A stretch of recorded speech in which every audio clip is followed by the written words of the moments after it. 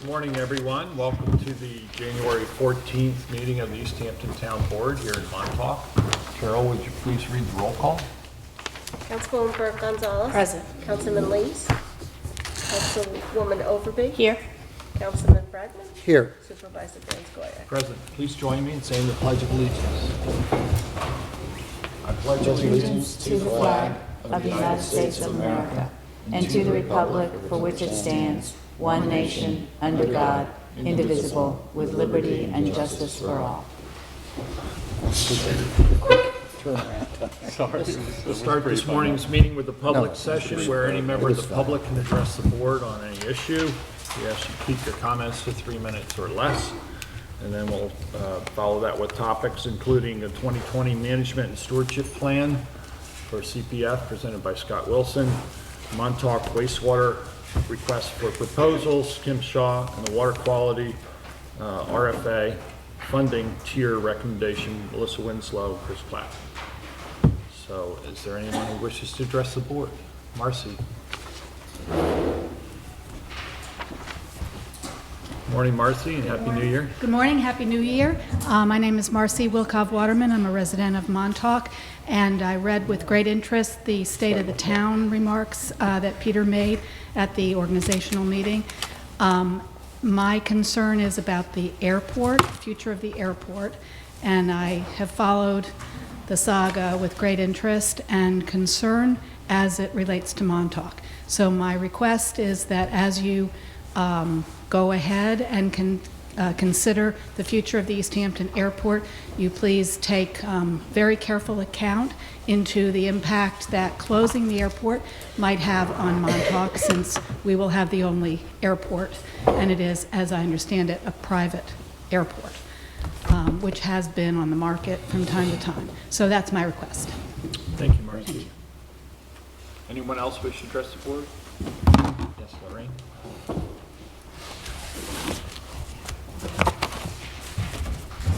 Good morning, Town Board. Lorraine Cregan, Montauk Chamber of Commerce.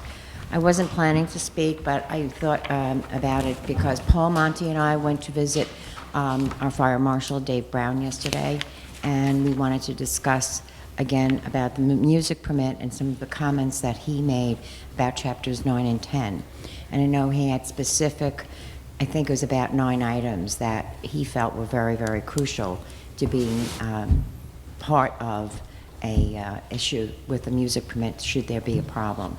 And I was just wondering, because we have our public hearing set for this Thursday at 6:30 Town Hall, and I was just wondering, rather than do that whole public hearing, if you have all agreed to his comments, that we really need to incorporate that into the actual legislation.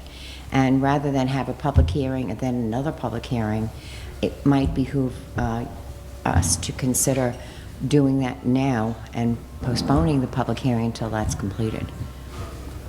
Well, we did receive, I believe, a memo from Dave Brown. Mm-hmm. He had asked for comments. I think specifically Kathy was interested in getting his comments as to what he felt were the most important aspects of fire prevention that might impact a use and might cause the greatest amount of concern.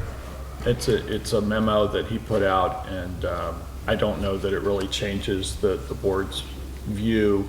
If you were to highlight specific code sections within those chapters, the state codes often change and they reorder and renumber. And I think to have it include just the chapter numbers is a better way to go, personally. Well, I mean, there is so much in chapters 9 and 10, and he's really more concerned about, the safety and life-threatening events that could happen, and he felt that those were the most important ones that could impact permit. Right. Well, he has a much narrower lens, and his focus is on, Right. fire prevention, and I think the board's concerns are broader than that. They include fire prevention, and certainly we wanted to get the fire marshal's input for his specific. But I mean, as you mentioned before, the updates that can be included as part of as will be, could be updated in the next 3 or 4 years, whenever the updates occur. I just felt It's it very was- difficult to track all the changes that happen throughout all the code chapters. Well, but you're dealing So, with- so again, I think, my feeling is that we should rely on enumerating the actual code chapter numbers rather than every line of the specific code that we think might have some bearing. I think it also opens up the possibility of overlooking something. As you said, those chapters are somewhat voluminous. Yeah, and not necessarily related to the health or welfare of people that are there. Right. So there, even you mentioned at one point that a battery and a smoke detector wouldn't really make. And that's why we put in a provision in the code whereby there would be a review process. Anybody who had those convictions could go before license review board or designated board of the town, and they could plead their case and say, look, this is de minimis, it doesn't have a nexus to, a musical event, Right. and it should not be considered in the revocation or denial of a permit. So I That's think, always been in that permit. That hasn't changed. right, and I think that's Yeah. enough of a safeguard to alleviate concerns about overzealous prosecution of something. So it removes it from, the judicial and gives it another whole set of review, so. I still think you should really, because if it does go to public hearing, you could eliminate a lot of hoopla at this coming public hearing if you agree to. What's a public hearing without hoopla, though? I mean, I'd just like to say that I agree with Lorraine. David and I, and then Sylvia and I, met with Dave Brown last week, and his comments, at least to me, were that citing chapters 9 and 10 is too vague and too open-ended, and that there's too much in the chapters that's not life safety, like door hardware height, or the door opening force, or an exit light out, and that his 9 significant life safety violations was something that I have to say that I support, and that I know, I go into meetings and public hearings with, an open mind, but I think I've already been on the record as saying that I wasn't comfortable with this legislation as drafted, that I was willing to, back in December when we noticed it, I'd keep it, we should hear it, but after then, that was the day I got Dave's memo, and we weren't able to meet and discuss it. So I'm supportive of finding a way, and I'm sure where there's a will, there's a way of figuring out how to incorporate his 9 significant life safety violations in the legislation. I also had a quick conversation with Dave Betts, and he too felt that enumerating the 9 was a much better way of going about this than just citing chapters 9 and 10. So I think one of the problems with doing that is you mentioned door opening weight, and if it doesn't meet the requirements for door opening weight, should that be included? Well, you don't think so, right? Well, Dave said to me, it's supposed to be 5 pounds, but if Right. it's 6 pounds, that shouldn't be. Right, but what if it's 75 pounds Well, or 100 that's pounds? That's a section of the code that then wouldn't trigger the violation. So I think to limit it on the front end is problematic. It's much better to have a review process to take in consideration and weigh and judge whether or not that violation really rises to the level of denial of a permit. I mean, clearly, if it's 1 pound off, that doesn't. And I think reasonable people, rational people in the discussion would understand that. If it was a battery that was out in a smoke detector, that might, cause a violation, but does it rise to revoking a music permit? I don't think so. So I think, overcrowding certainly does, because that causes a serious threat to the public safety. And as you said, there are others, and I think those 9 enumerate the ones that would automatically be considered by many to be of such importance that, revocation might be considered. But I just think there's enough of a safety valve on this to alleviate concerns. But Peter, the fire marshal comes to every business and goes through the whole process of checking the safety of the business. And that should have been, in most cases, picked up at some point in time. The fact that one of the minor items is found during an overcrowding situation, normally one of these 9, according to what Dave explained, he would give a summons immediately on the spot. There's no warning. Right. Right, they should have, so that would be part of the music permit process. Sure. And again, that should be in the legislation. If it's going to have an impact on their music permit, then that should be written in. Those 9 should be written in. And if there's an update, there's an update every 4 years, whatever the case may be. Yeah. Certainly, he would be able to tell you when those updates are. So I going to think take you've made the place. point that you can include the chapters, because only those ones that are most egregious of that list of 9 Right, would be, immediately summoned. The rest, we always seek compliance. So, it would take somebody intentionally not responding to the fire marshal's request that they fix something. And blatant disregard would then maybe take something smaller and rise it to the level of consideration for violation. But it's all about interpretation. All of you may understand that. A board 10 years from now or 5 years from now may not, and they may say, well, wow, that Well, this I think doesn't you say address that. it with a future board if that's the case. That's my opinion. Thank Excuse you. me? I said, I think you can address it then with a future board if that ever gets But to be the that's all case. after the fact when it could be taken care of. I'm sorry, Larry, and I just disagree with you on this. I just want to jump in on that if I can, because I followed up with Dave Brown early on this to ask him if he could enumerate some of the concerns, because I feel the same way. I think it's a good idea. I think specificity in a chapter like this is helpful. So I wanted to say that. I mean, I had an early email from Dave. It didn't have 9 enumerated violations that he thought were significant. It had about 5, but I think we could work through it and put in enough details so that we put businesses on notice and protected the public. I think specificity will help us with that. But as we're hearing it, it's not specific. I'm Well, it agreeing is, with you. it's specific right, as yeah, far as yeah. chapters 9 and Right. 10, Right. which have to do with health and safety and overcrowding, which are 2 of the issues that we looked at. The fire code is over 80 chapters long. So originally when the attorney's office was talking to him about which chapters or which things, he, said these 2 chapters were the issues that he thought were important out of the 80. So I think we've narrowed it, and I think that's very specific, is to do 2 chapters out of 80, and those chapters aren't going to change. So things within those chapters get renumbered according to Buzzy every 4 years.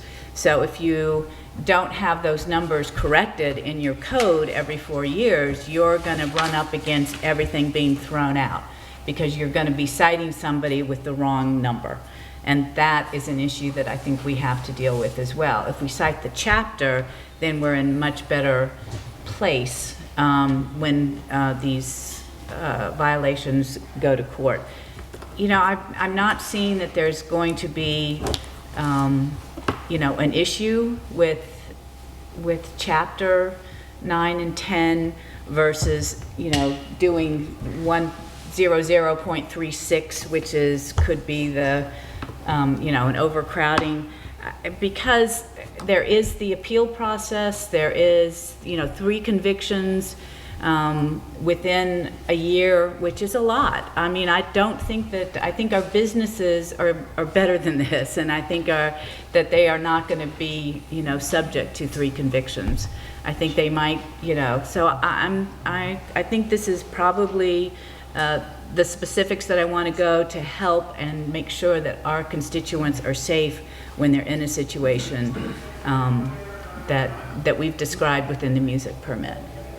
I just think I'm in agreement with Kathy on this. I think that it's probably worth having a discussion where we actually have the specific concerns that Dave Brown has raised so that we can actually discuss it and see if we can, formulate language that fits those concerns. I think specificity on code violations is important. It puts people on notice, and just saying that you can appeal is, it's sort of it's necessary, it's legally required, but I think the better route is to have people know specifically what they can do and can't So do. should we review chapter 9 and 10 to make sure that we're not omitting anything that should be critically?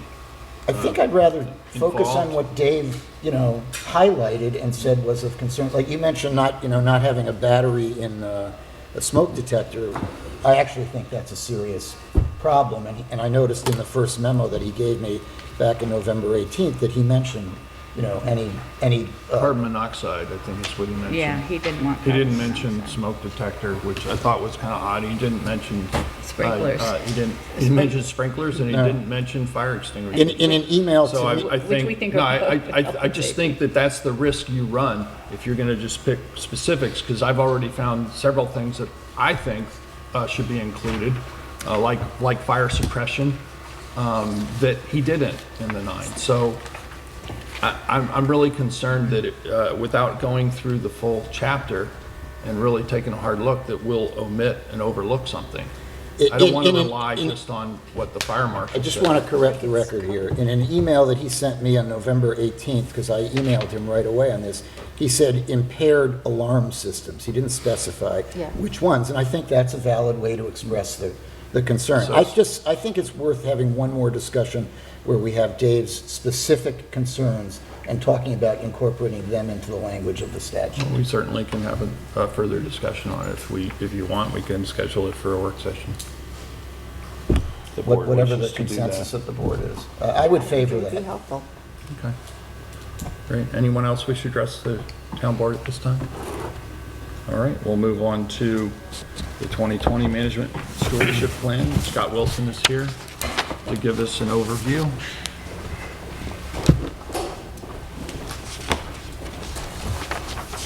Thanks for having me this morning.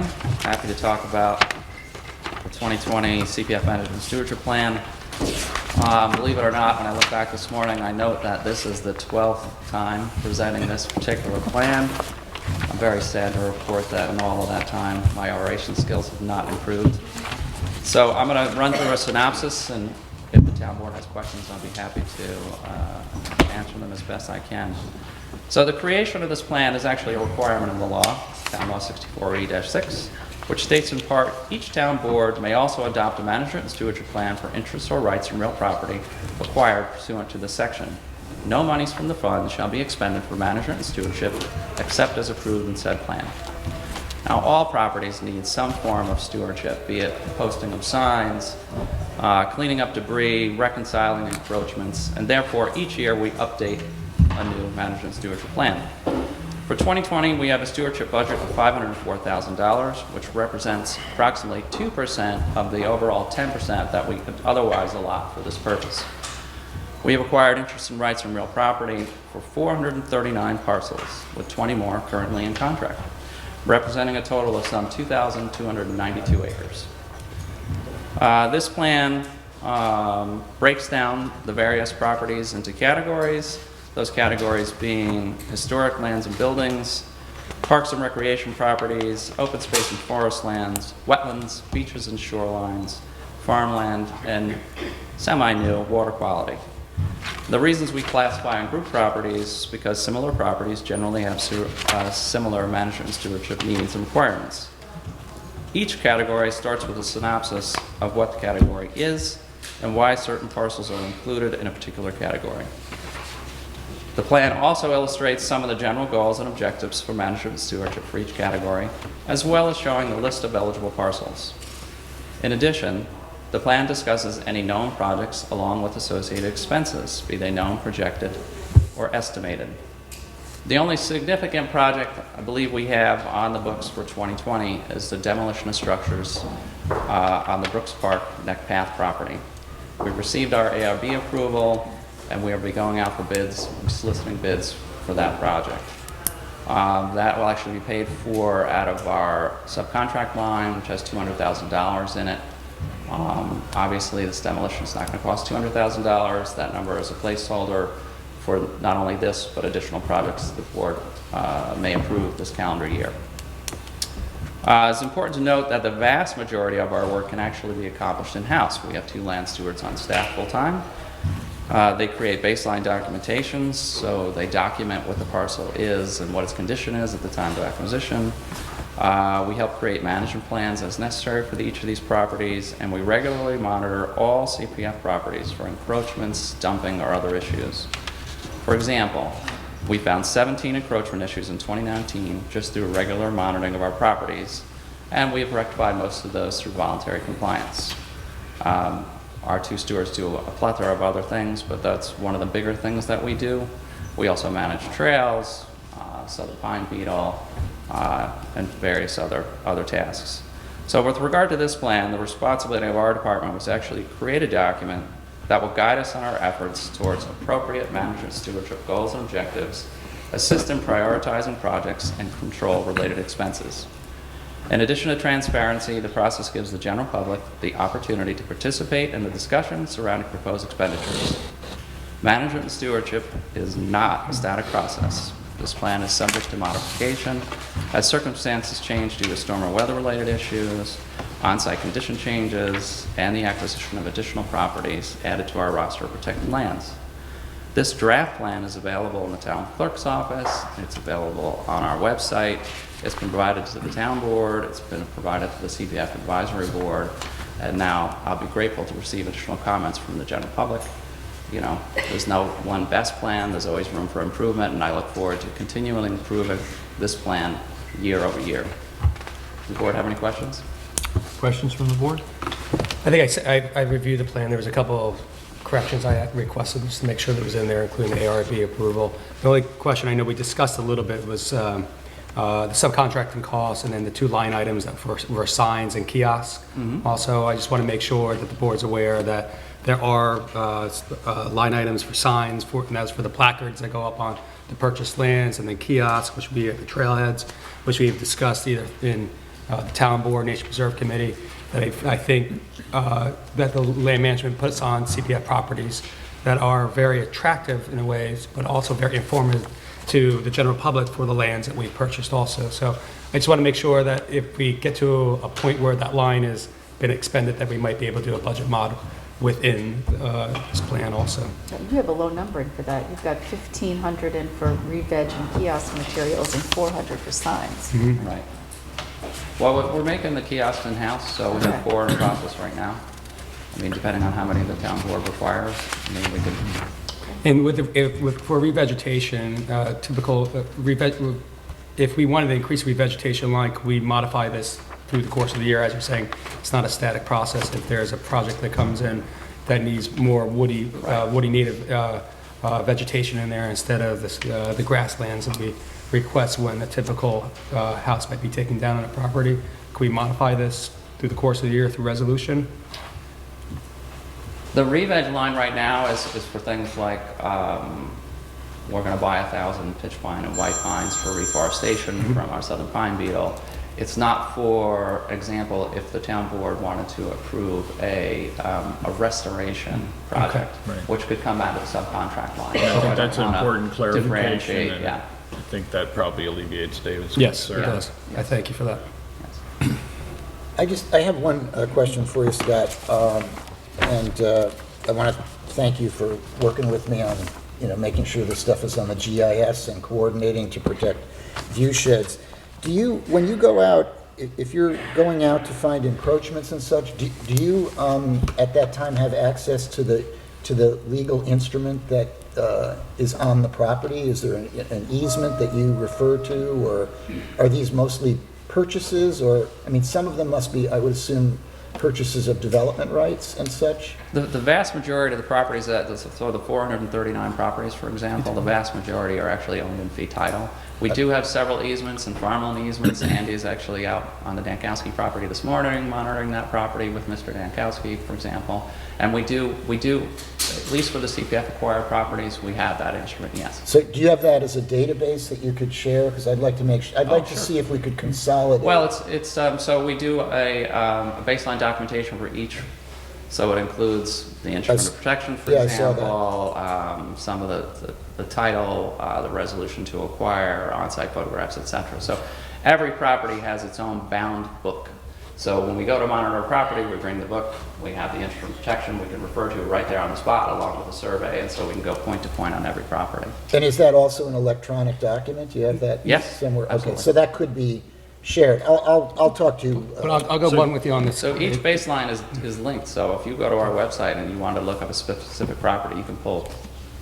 Right from the website? It's all right Okay, there. okay. I've been working also with land management and others in the township as far as trying to see if we can put an addendum onto some of the GIS pages, that if you go to a certain property, there might be an added line we can put on what extra easements or covenants might So be on that property. there's already an effort that's nearly complete, basically collecting all of the scenic easements and Yes.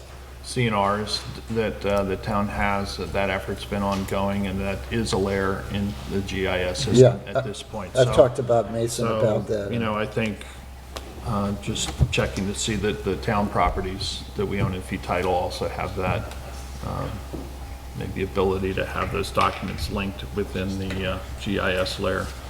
Might be something to look at. Oh, yeah, okay, all right, I can look into that. I think that's kind of what you were referring to. Yeah, the properties I know have a layer on the GIS. I want to somehow consolidate the instruments that, you know, where we have an instrument, not where we own it in fee title.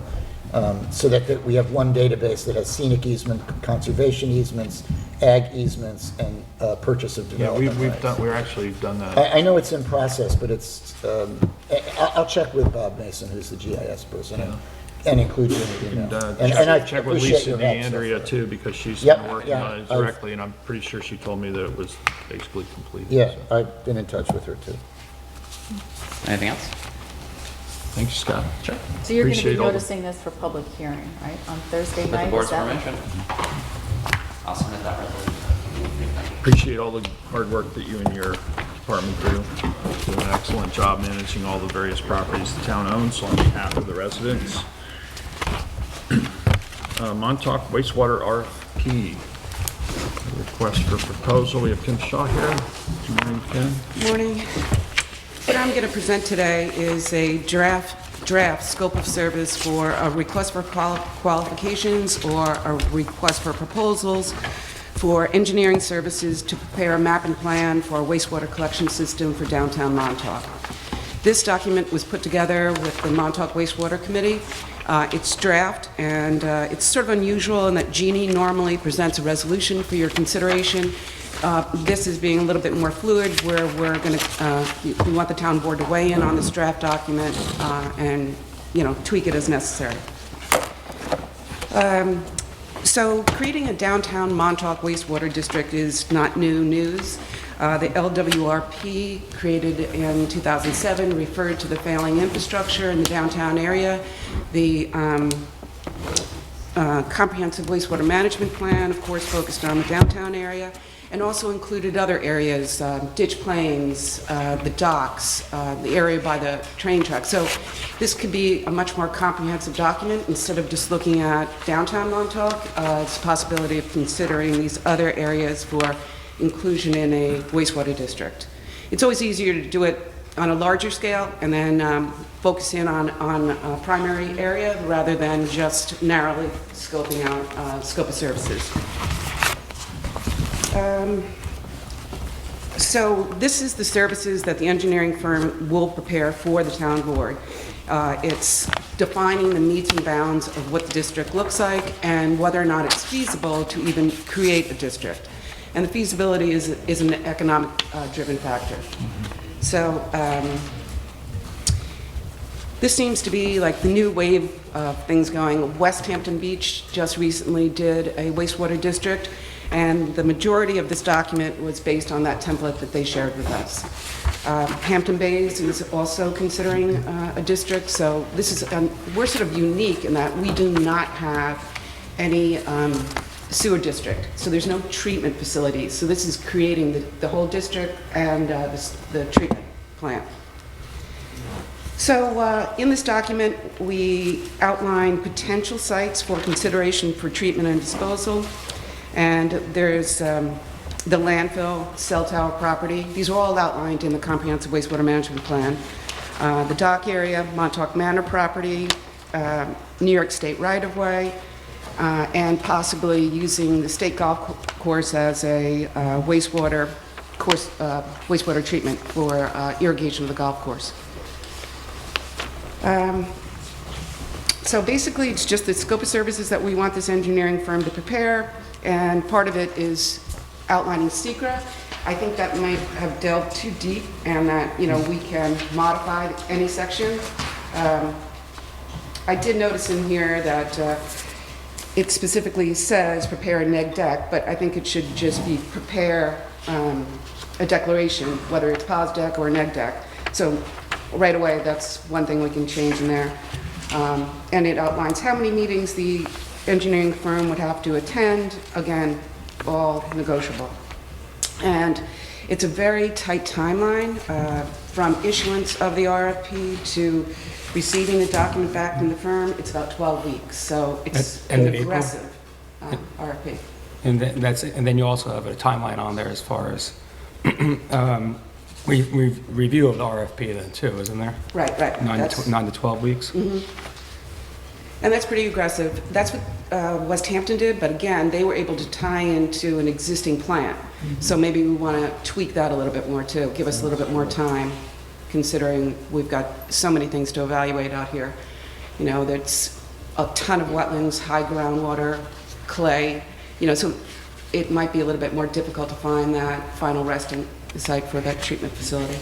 I would also, excuse me, state as far as the aggressive time frame on there. I don't mind the aggressive time frame, but I think to be more inclusive of the Montauk community is making sure that we have some of the individuals that might not be here currently in the next 3 to 4 months, or somehow try to outreach to them to let them know that this is something that's being planned. Do you have any comments on it?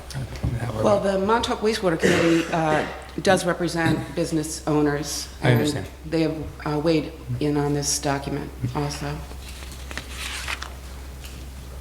So the next steps would be, modification to the scope of services, and then soon creating a resolution to notice this. Probably not until February. So if you have any changes you want to make, let me know. And I have a couple of questions or potential changes, and I apologize for not getting to you earlier on this, but on page 2 in the second paragraph, the last sentence says, many of the existing on-site sanitary disposal systems within downtown area are well throughout the hamlet are not constructed in accordance to current standards. Can we just define maybe in there what the current standards are, so any outside agents responded to this might know what our standards, if they're Suffolk County Health Department standards, or town standards, or state or federal, maybe even too. That's one thing I was All looking the above. yeah. So, one big problem we have in downtown is, they're mainly cesspools and they're pumped a lot. So most of the business owners have bought into this because they pay so much to be pumped, if not every 3 days, weekly. It's, and there's no definition right now of what a failed system is.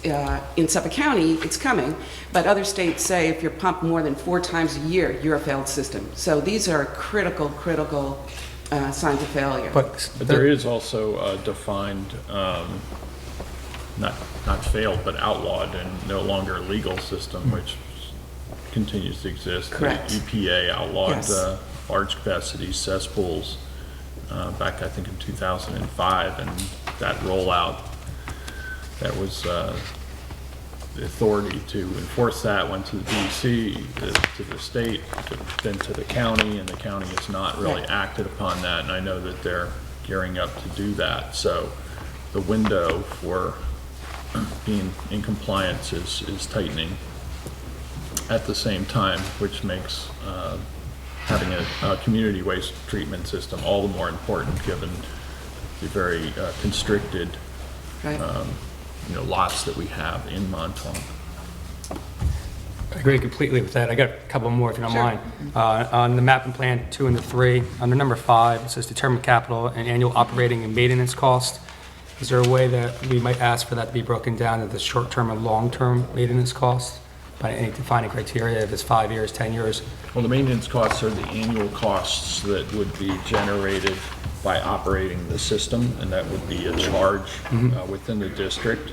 So you have your capital costs, which are the costs of actually creating and building the system and all the connections, and then what it costs annually to operate it, pumps, the whatever staff you need. That's a separate cost. So that's why they're broken up that way, it's to determine each. And then would we be able to potentially add in a number 8, which would be to come with a process for determining the effectiveness of the systems? You know, or will we be able to determine how much nitrogen deloading we will have in our paired water bodies? Is that a way to find out if this was... Just to quantify the effectiveness of it? Yeah. And that will vary too, depending on the exact system that would be chosen. Certainly, this would be a tertiary plant, as I understand it, Kim? Yes. Can you just describe that? It's the highest level of treatment that you can get?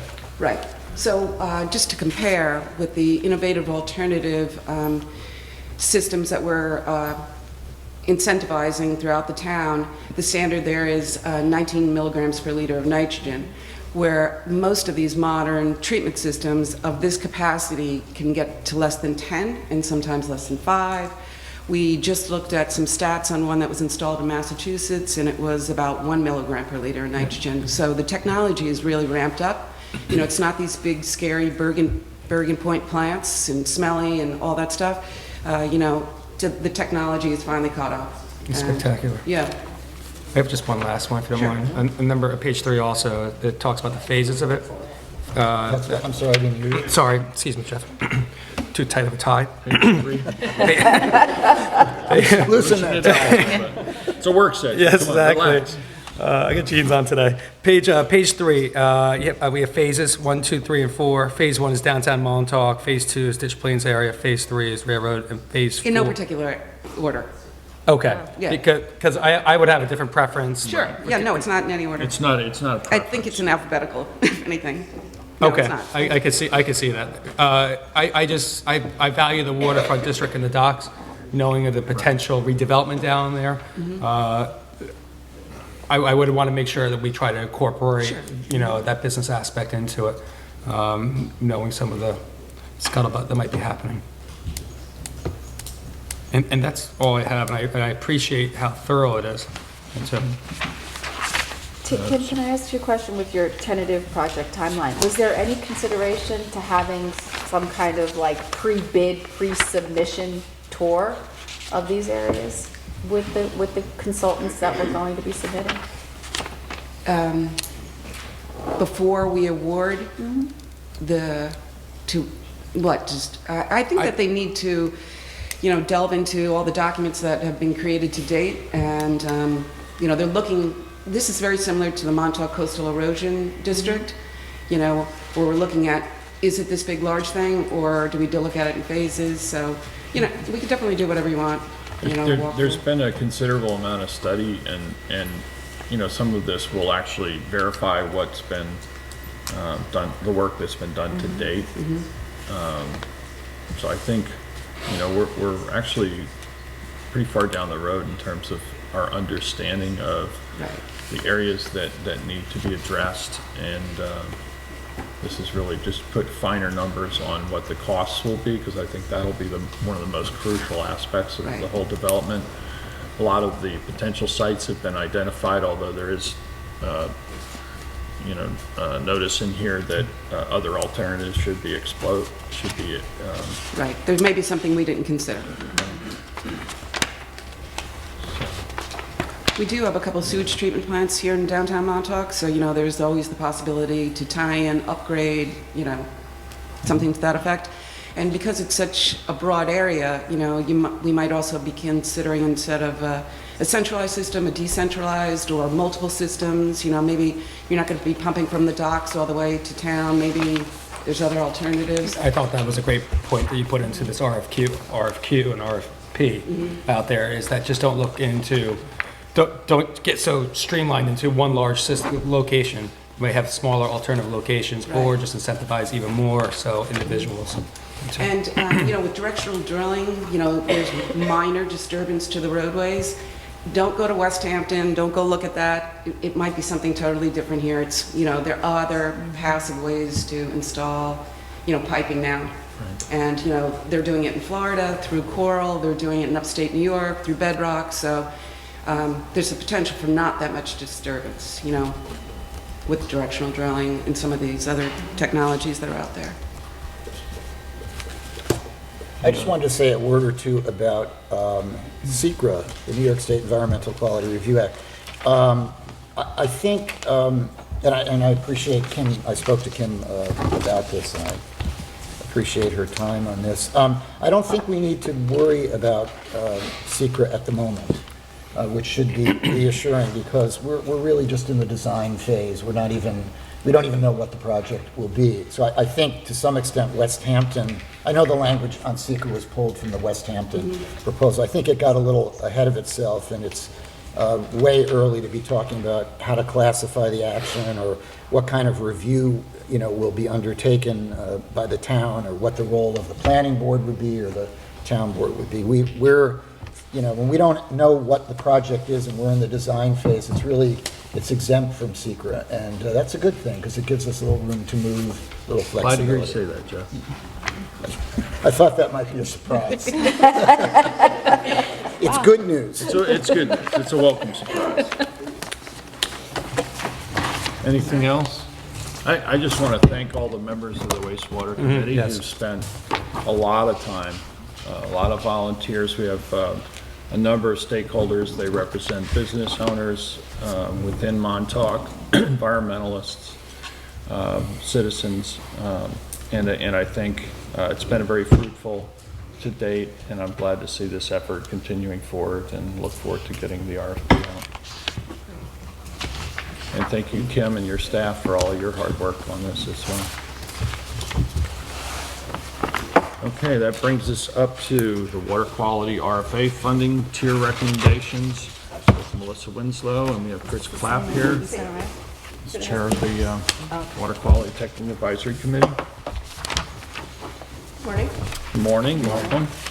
So this has come about as the town and the Water Quality Committee are preparing for the second round of the water quality request for applications for awarding CPF water quality funding for grant awards.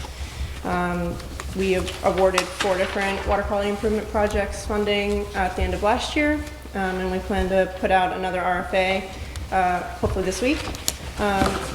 So this rubric that we're going to present is basically to modify the way that we awarded funding for wastewater treatment projects in the last round. Since this is kind of a new process that we're navigating, we want to modify and improve it as we go. So this would be in addition to the ranking and rating criteria that we use for all the water quality improvement projects, which looks at the mandatory requirements based on the water quality law and water quality improvement plan, and then ranks projects based on their water quality improvement, cost, preparedness, and management and maintenance. So this is an alternative funding calculation to what we used last time for the equivalency to single-family home. And the idea is to make it fair, but also to provide enough of an incentive to make some good projects move forward, because these large-scale water or wastewater projects are very expensive and cost prohibitive in a lot of areas. We've talked with some of the different installers, and it's not a linear progression based on flow. We've been seeing some costs, upwards of $1 million for one of these IA systems for a large site-specific for commercial properties. So this is try to modify our program to be able to give enough of an incentive to move some of these good projects forward. So in general, we want to look at or give priority to properties in Water Protection District and the Harbor Protection Overlay, which are directly adjacent to our priority water bodies. Facilities with high flows and failed systems. Properties that have an unknown contribution to a priority water body would be priority for upgrading. We would want to try to help incentivize those property owners to install, advanced treatment. Applicants would also be encouraged to apply for other sources of funding, such as state funds, which can be awarded for projects under 1,000 gallons per day. They can get $10,000 from the New York State septic replacement program. Suffolk County 0.25% funding, and alternative sources that would offset some of these costs. Applicants would be or must be the property owner in order to receive funding through this program, and would have to have a complete application and supply all the required information for the RFA, and they have to justify all their costs. And Chris is going to go into a little bit of different property uses and different types of other than single family homes. So this, over the last 3 years, 4 years that the that the CPF funds have been available for water quality projects, this committee has kind of wrestled a little bit with what's the amount of funding that is right sized for the right projects, right? We want to be able to see good projects come in the door for the right price, so that we're not we're putting the public's money in the right places at the right time. And so one of the stumbling blocks over the last 2 years was how much funding to give these commercial projects, or under the Suffolk County Health Code, other than single family properties. And so what we realized this past year was that not all other than single family or other commercial, which we could shorthand might be commercial, properties are equal, right? So we have all of our municipal buildings would be considered other than single family. Nonprofits like Ashwell Hall is other than single family, as well as what might first come to mind as a commercial property is a for-profit commercial entity. And so our original approach to this was to just normalize the amount of funds that we gave out to what a single family equivalent would be, right? So if a single family home generates, under health code, a 4-bedroom home would generate 440 gallons per day, we basically said, okay, for every 440 gallons of flow, you get $20,000. We normalized it to the septic rebate program. And we thought that was fair, until we realized how expensive, as Melissa mentioned, how expensive these commercial properties are. That it's not a linear 1-to-1 gallon sort of thing. And we were losing projects as a result. People would we offered, for example, Springs General Store, based on their flow of 527 gallons per day, we would offer them $23,000, and they could go to the state and get another $10,000. But their estimate was somewhere over $150,000. So it really wasn't a great driver for them to come to get going, and we lost that project, or for the moment we lost that project. So we tried to recalculate things, and then also Ashwell Hall came in, and they just, as a nonprofit, they just don't even have the funds to get started. So which led us to a long and hard look at how do we create something that gets better projects in the door and over the finish line. So what you have in front of you is we broke things out as to ownership and use. So municipal properties, these are properties owned by the town and village, would be parks, recreational facilities, town halls, police, EMS, comfort stations. We could award 100% of design and installation costs.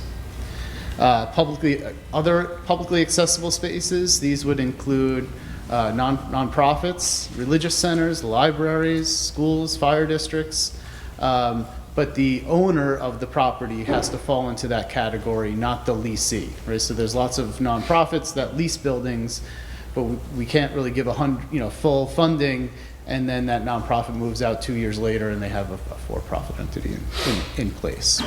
So that would be up to, it doesn't require us to fund 100%, but it would be up to 100% of design and installation, given adequate justification of the costs. The next tier that we go down to is existing multifamily and high-density residences, and we took we wanted to get, these would be particularly large flow properties that can be really difficult to upgrade, and justified senior and affordable housing could have 100% of design and installation, again, with justification for those costs. We'd also like to see condominiums, townhouses, and homeowners associations. They would have to come to us with the design and accurate cost assessment. So design and engineering of those would not be included. So that design cost still might be a hurdle for them, but the majority of the cost is in the installation. Trailer parks don't quite fit in to the HOAs and townhouses, although some of them might. We would normalize that to a single-family equivalent as well. Our fourth tier would be your what you consider traditional for-profit commercial properties. We want to see people come in the door. We hope they come in voluntarily and they don't come in under some requirement. So this would motivate people to get the work done early before they know they need to be required to do so. We're looking at upgrading that to about 65% of the installation costs. This would put it on parity with what we're seeing with single-family installs. So if a single-family install is in the $33,000 range, and we're giving them 20, that's roughly 65%. This kind of puts those properties on parity with that, and there's costs that are not included here, so they have to have their own engineering. They have to deal with their own Office of Pollution Control and compliance costs on their own. And we currently have this capped at $200,000. As we could see this absorbing quite a bit of the funds annually, so it's currently capped at $200,000. We haven't seen many come in the door aside from spring school, which is in a different category altogether, that are over that cost, or significantly over that cost yet anyway. We will think about sewage treatment districts when they start to become real. It's on our radar, but we also know that is can become really expensive as well, and the single-family equivalent does not work there. I never thought 5 years ago that I would say that a centralized sewage system costs significantly more than an on-site system. I don't think any of us believe that would be the case, but they could cost 4 to 5 times more to install than on-site systems. But when you don't have space, you have no choice. And then the final category was warehousing and industrial properties. We don't have many of those, but they would simply be could make themselves available to a rebate.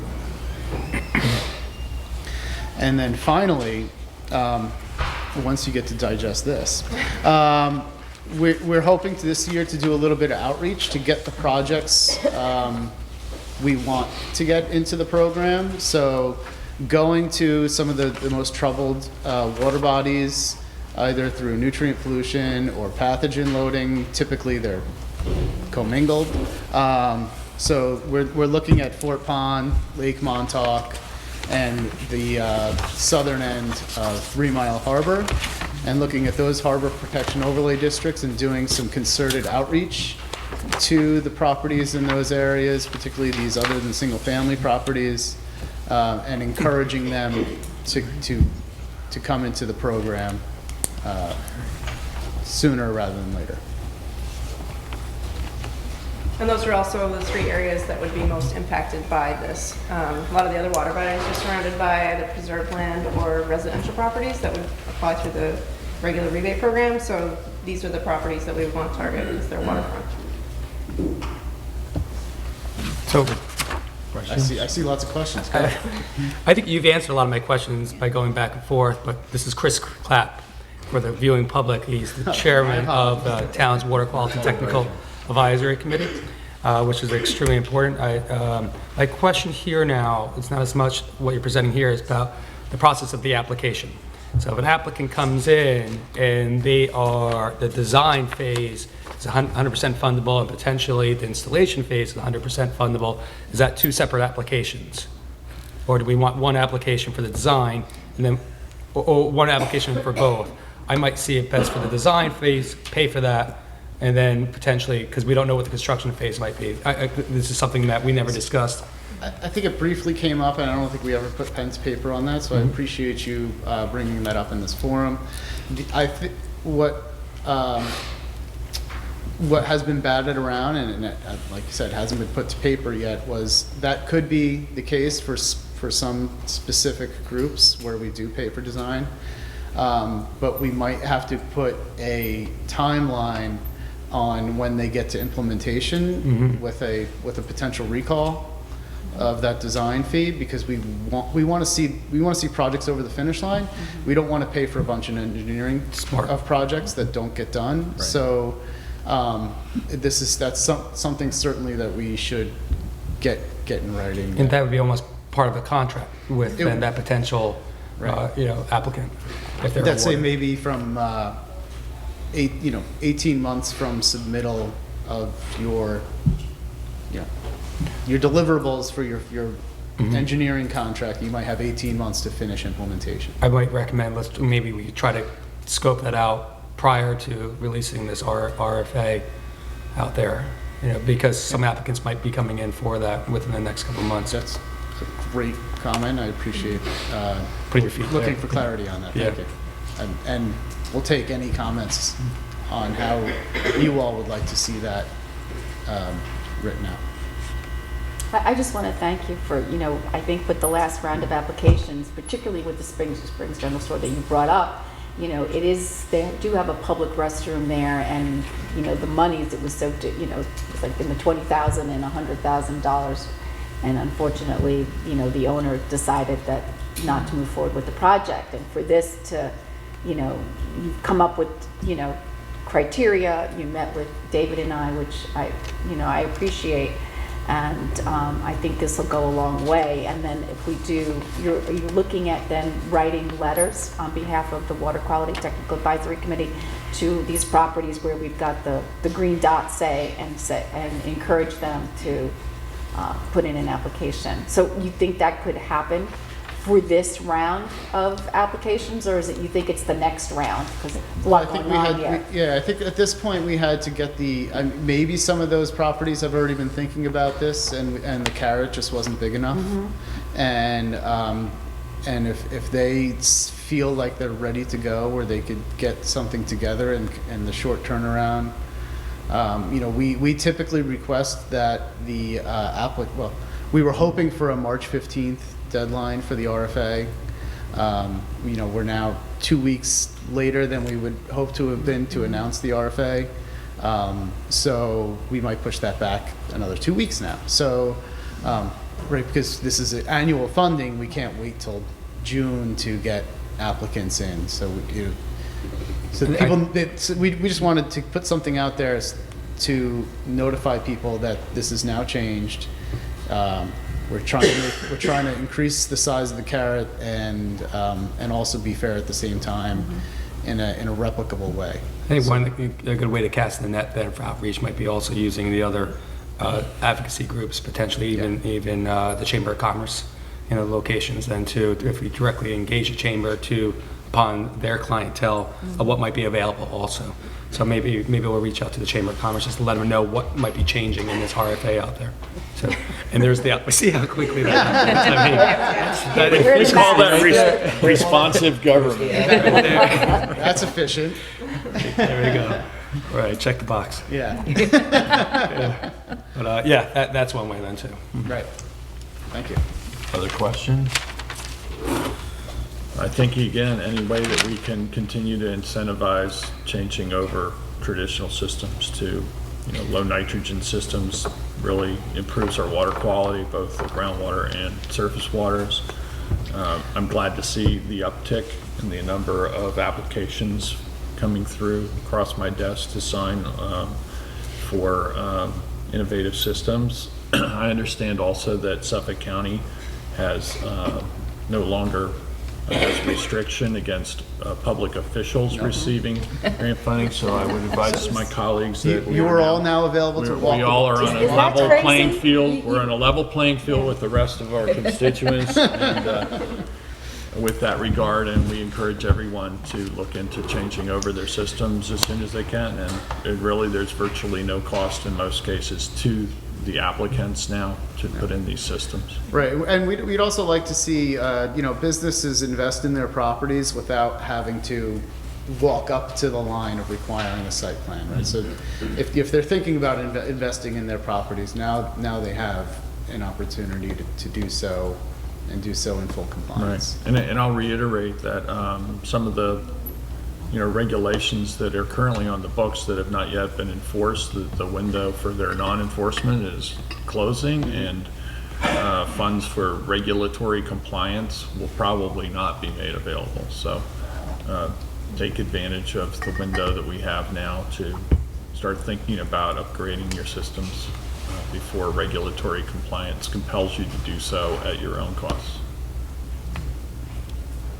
Any said. other questions or comments? I want to thank you and the entire committee that has spent so much time and effort to help move forward this initiative, and very pleased to see that it's gaining more and more momentum, and we look forward to really positive results in our environment, and thank you again. Thanks for your support.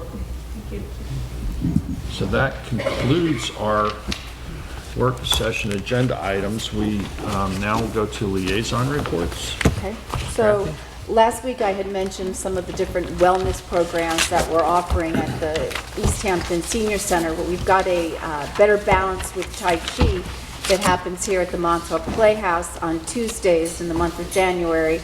It's at 12:45. It runs for an hour.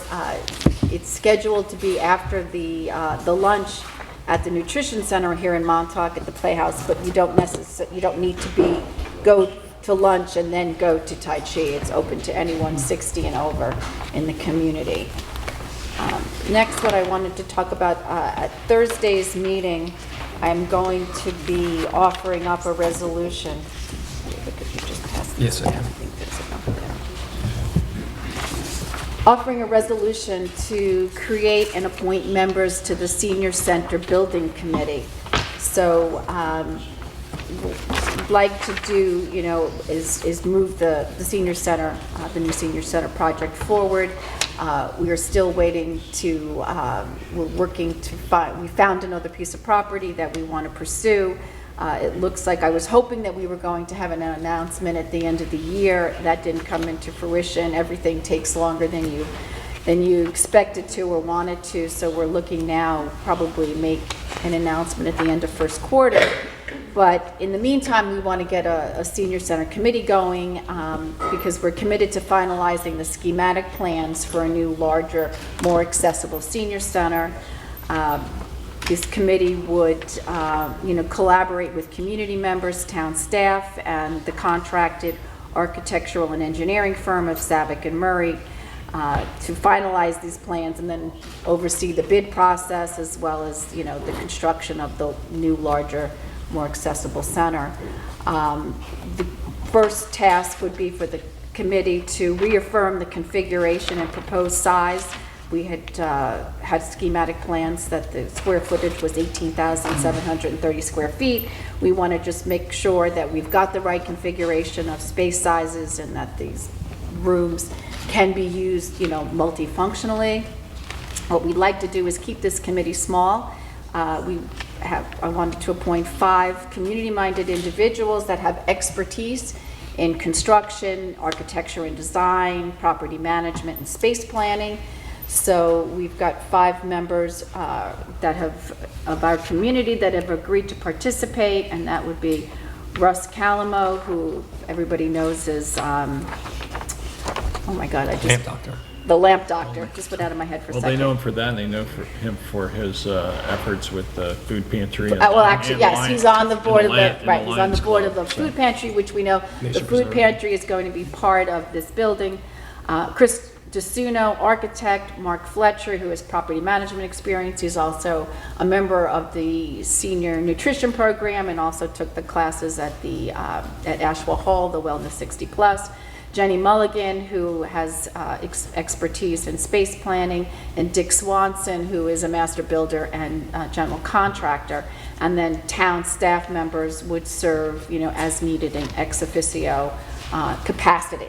So that's a resolution that's scheduled for this Thursday, so we can get that going. And then, Peter, I had followed up with Christina Butcher at the YMCA, because your East Hampton Springs Sag Harbor CAC had mentioned that there was staff parking in that lot, and we know that the lot in front of the YMCA is small. So Christina sent an email out to her team asking them not to park in that parking lot and to go across the street. What she came back with is saying that she'd like to see, though, the staff that opens the building, because it opens at 5 a.m., so staff starts showing up at 4:30, and then it closes at 10, that opening and closing staff would park in that lot for security reasons, so they wouldn't have to have far to I will walk. pass that on to the. And then, CAC. but it was noted that some folks from Riverhead Building Supply and PhysioFit park in that lot, so Christina, I believe, is going to just reach out to them and Right. just ask them. Appreciate you following up on that, Kathy. We had a Springs Fireplace Corridor Study. We had a conference call last Thursday with the consultants and the planning department.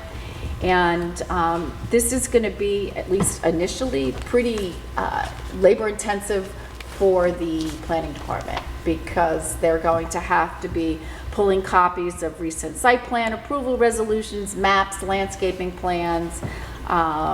They need to update the master list of the applications, and the consultants needed more details as far as where those applications stood. So they've asked Joanne Powell to come up with an estimate of how much time it's going to take to get all the information that they need to get going. And we've got another follow-up phone call scheduled for this Thursday.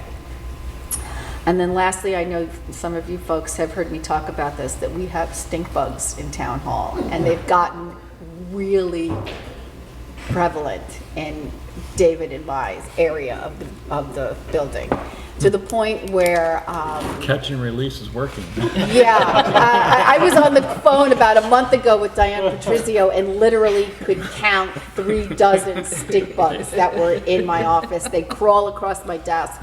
And it was when I found one in my home that I said, and David can say. my daughters found them. Yes, because, we bring tote bags and pocketbook, I bring a pocketbook to work. So I was hoping that we could just have Nardi come in and just do a walkthrough and see if there's something that can be done, because when I saw it at home, it was like, that was my last straw. I've got them at home. They didn't come from. Yeah, I've never had them at home before. No, they're and so- just, it's so warm that Yeah. they were between a window and a screen in my house. I guess they can flatten themselves and get under Yeah. screens up into. This was near my tote bag, so I'm afraid that it crawled out. So, Well, it's so I was either that or you get a dust buster and you just it's funny. vacuum them up and release them. Well, I did I ran into the young woman who cleans our building this morning, and we had actually a lengthy conversation. She's been vacuuming them up for me before I get in, Oh, that's but they're still waiting when I get in, And there's still more. and they love the windows. And Why didn't they you like know, the north like- side of the building? For a while, they were all Well, on they the were in south Joanne's side. office. Yeah, and they were then on the south side. They've relocated. I don't know how they got to your side. Yeah.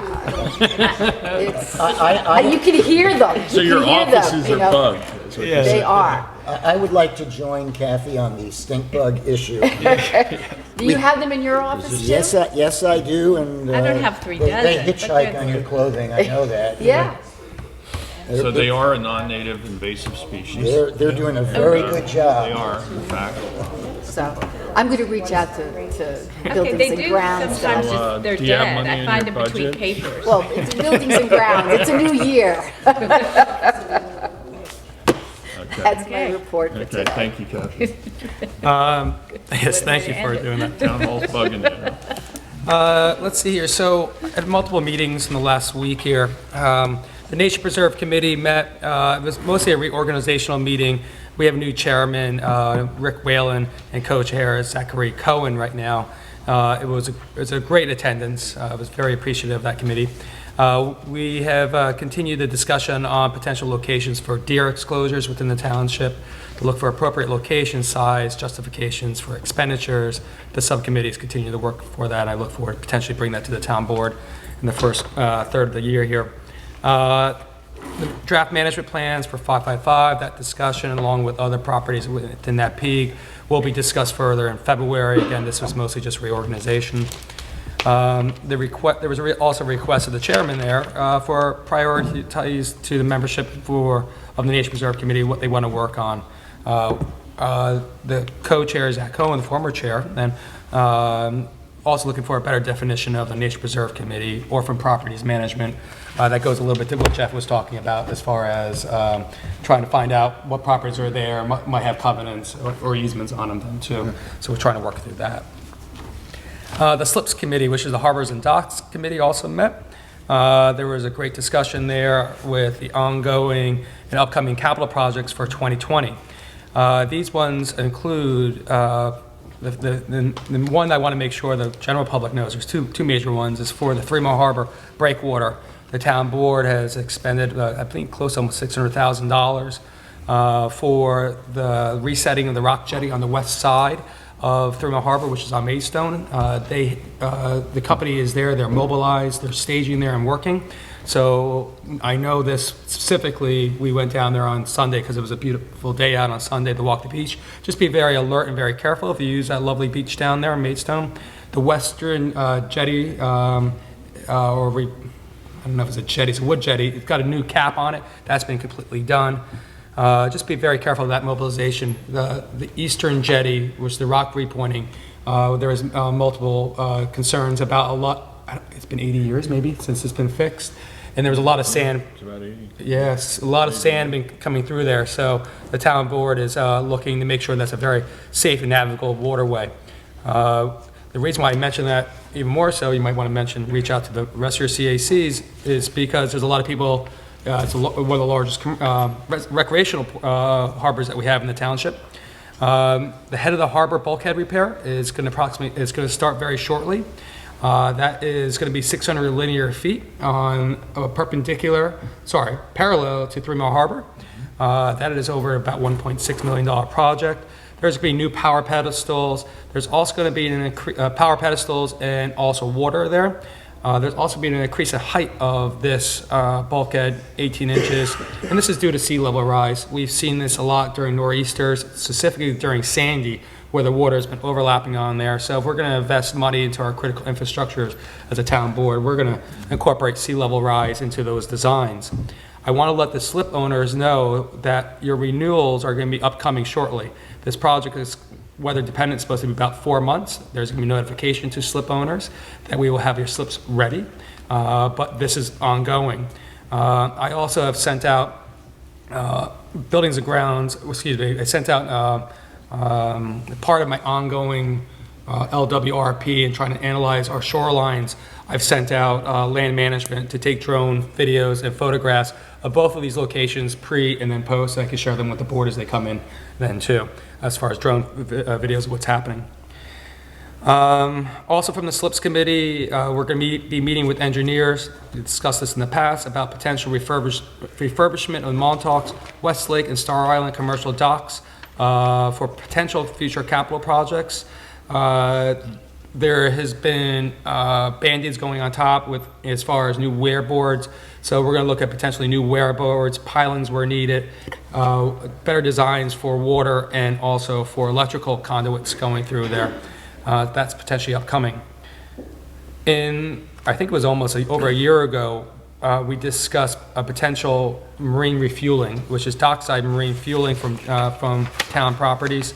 At that time, there was discussion about having a permit or one licensee. It was a unanimous vote within the SLIPS committee for a general permit that would have standards for marine fueling providers, safety standards, Coast Guard standards. There will be a letter coming to the town board shortly from that committee, and maybe we can discuss that for a future work session. It'd be great to potentially get this done prior to the kickoff to our summer season, which, as eternal optimists, is getting longer, and hopefully it's coming here shortly. Lastly, the SLIPS committee discussed the Gann Road commercial dock there. We're looking to, we discussed this also within the Fisheries Advisory Committee too. The Gann Road cleanup of abandoned fishing gear that's there. The fishing gear is traditionally being used there, which is allowed. We just, as a town board, I want to discuss about getting more area for them. I think there's a lot of area there that over years is sand that's creeped in. We might have thousands of more feet there. The SLIPS committee, including a couple of users of that dock are on that committee, and then also in the FAC. The best way to do so is to notice all the potential users and whoever the storage owners might be through certified mail. We would then remove the gear, clean the area up. We would or they would? The town would actually clean the area up as far as the sand and then the dirt, and allow them to move the gear back in location. And then if there's any equipment that's been abandoned there, not coming back within a notice time, 2 weeks or 4 weeks, it would go to the recycling center or the trash center on there. So that I don't think it's potentially ever been done according to one of the users since the 1980s. We probably know who 90% of the gear is down there, ownership. And that's something that will be becoming a recommendation to the town board shortly, and we look to try to do that within this spring. Again, the net result would be hopefully a cleaner... Net result? No pun intended. Right? There. Would be a larger potential area and a cleaner potential area for safety standards down at the Gann Road commercial dock. The Fisheries Advisory Committee met immediately after, because many of the members of the SLIPS committee are on the Fisheries Advisory Committee. Part of the LWRP, Local Waterfront Revitalization Plan, recommendations was for potential working waterfront analysis. I started working with I mentioned this at the WAC, which is the Waterfront Advisory Committee, also the FAC. I've been working with our planning staff to work on what could be just baseline documentation and maybe a cornerstone for how we look at where our fishery industry has been traditionally using properties for the shoreside infrastructure. Southampton Township has recently done that. We've looked at that document. We formed a subcommittee to assist our planning department help out that. Locations we'd be looking for, such as pack-out houses, traditional retail spaces, storage spaces. We would want to just pretty much chart them in one document through GIS. Would that include an inventory of actual fishermen so that we have an idea how many we have left? I mean, I know it's been a precipitous decline in the last 20, 30 years, so the number of baymen who are active in local fisheries. I think it'd be helpful as part of a study to understand how many active fishermen we still have in the community, and how many of those are full-time, part-time. I know a lot of people still, folks that are active fishing, it's supplemental to some degree. I think having a really good understanding of that would be really helpful to understand what kind of infrastructure we need, how we can better promote the industry, whether it be the extractive side of the industry where you're going out and capturing wild versus also encouraging the idea of aquatic farming to the greatest degree possible. As fish stocks and shellfish stocks decline naturally, there are opportunities to help support a marine industry that includes grow out of shellfish and potentially other fish. I think that'd be a great addition to that. Yeah. So I will request that, and then I'll hopefully bring this as far as a draft. We presented the draft. We're going to go over that. I think this is exactly what that could be for, so I will request that too. Let me just write that down. Participants. There is actually a quota meeting. Excuse me, let me pull it out here. I want to. Sorry, I didn't have this prepared. And I might have actually left. I mentioned this to the FAC. The FAC's also mentioned it back to me. And what it is there's a quota meeting for the Mid-Atlantic States and Atlantic States Marine Fisheries. Sorry if I don't think I have this. I'll send it over. There's actually be quota meetings on this up and down the seaboard as far as scup, winter flounder, bluefish, and other species. The quota meeting is going to be actually held here locally at the offices in Stony Brook on February 27th. We look for the town to send representatives, but also I want to make sure that the industry, the fishing industry, Move around. the fishing industry will send representation from the active fishing industry to this meeting to have their voices heard in this scoping process. It starts on February 3rd. It runs, and then the last information, of the scoping public comment would be on March 17th before they go and get some active documents where there will be more discussion on that. I've sent that around to the Fisheries Advisory Committee. If there's anyone that's interested in more information on that, please contact my office at 324-3187. The Mid-Atlantic Fisheries representative right now, currently, was Lori Nolan, who's based out of Montauk. She had an at-large seat, and that at-large seat has expired. There's 3 potential candidates from East Hampton to replace Lori Nolan. The FAC is highly recommending any of those 3 representatives. They're going to be sending a letter to the town board. Hopefully the town board will support the appointment by Governor Cuomo to any of these 3 members of our East Hampton fishing industry for appointment to the Mid-Atlantic Fisheries at-large rep seat. And once we get that letter, I'll send it out to the board and we can read it over and discuss. There's also requests coming it was a unanimous vote by the FAC for the reopening of the federal fluke lawsuit, or it's a state fluke lawsuit against fluke quota that was done federally. We've had some discussions that there might be an announcement from the governor that he's leading to reopening this lawsuit. They're also going to be sending a letter to the board for the board to potentially send to MRAC, the DEC Marine Fisheries Chairman, Mr. Gilmore, and then also the governor requesting the reopening of this fluke lawsuit. And once I get that letter, I'll forward that over too. Let's see. Oh, also on fisheries. Arnold Leo, who is stepping down as our fisheries representative for the last 12 years. The budget for our fisheries representation, which comes actually out of the aquaculture line this year, was $20,000. It was 33 last year. It was 18 the year before. It's 20 this year. He went over the reimbursement line by $690.94. I'll be offering a resolution for a budget modification to pay the rest of that not the stipend, that audit request. I hope I would have some support for the board for that budget modification, and that would close out his vouchers for calendar year 2019. I'm fortunate to say that there are a couple individuals within our township that have potentially want to be our town's fisheries representative. I'll discuss that with the board shortly also about their qualifications, and then also go back to the FAC for their recommendation. The CPF Advisory Committee also met. We had 2 presentations and commenters. One came from the Montauk Historical Society, and the second came from Lorraine Bolger.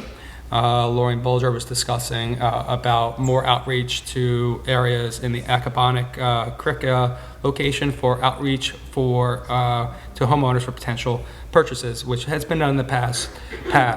The committee is going to be recommending and drafting a letter to the town board, sending out another potential round of outreach for a priority, targeting properties for CPF acquisition in certain areas. Some water bodies have never had that outreach, such as Northwest Creek and others. We will be receiving a letter shortly from that committee. Land management is continuing on signings and postings this year. Is the opening, and then also for our land stewards are out, as we were talking with our department head there, reviewing town properties, make sure there's no encroachments.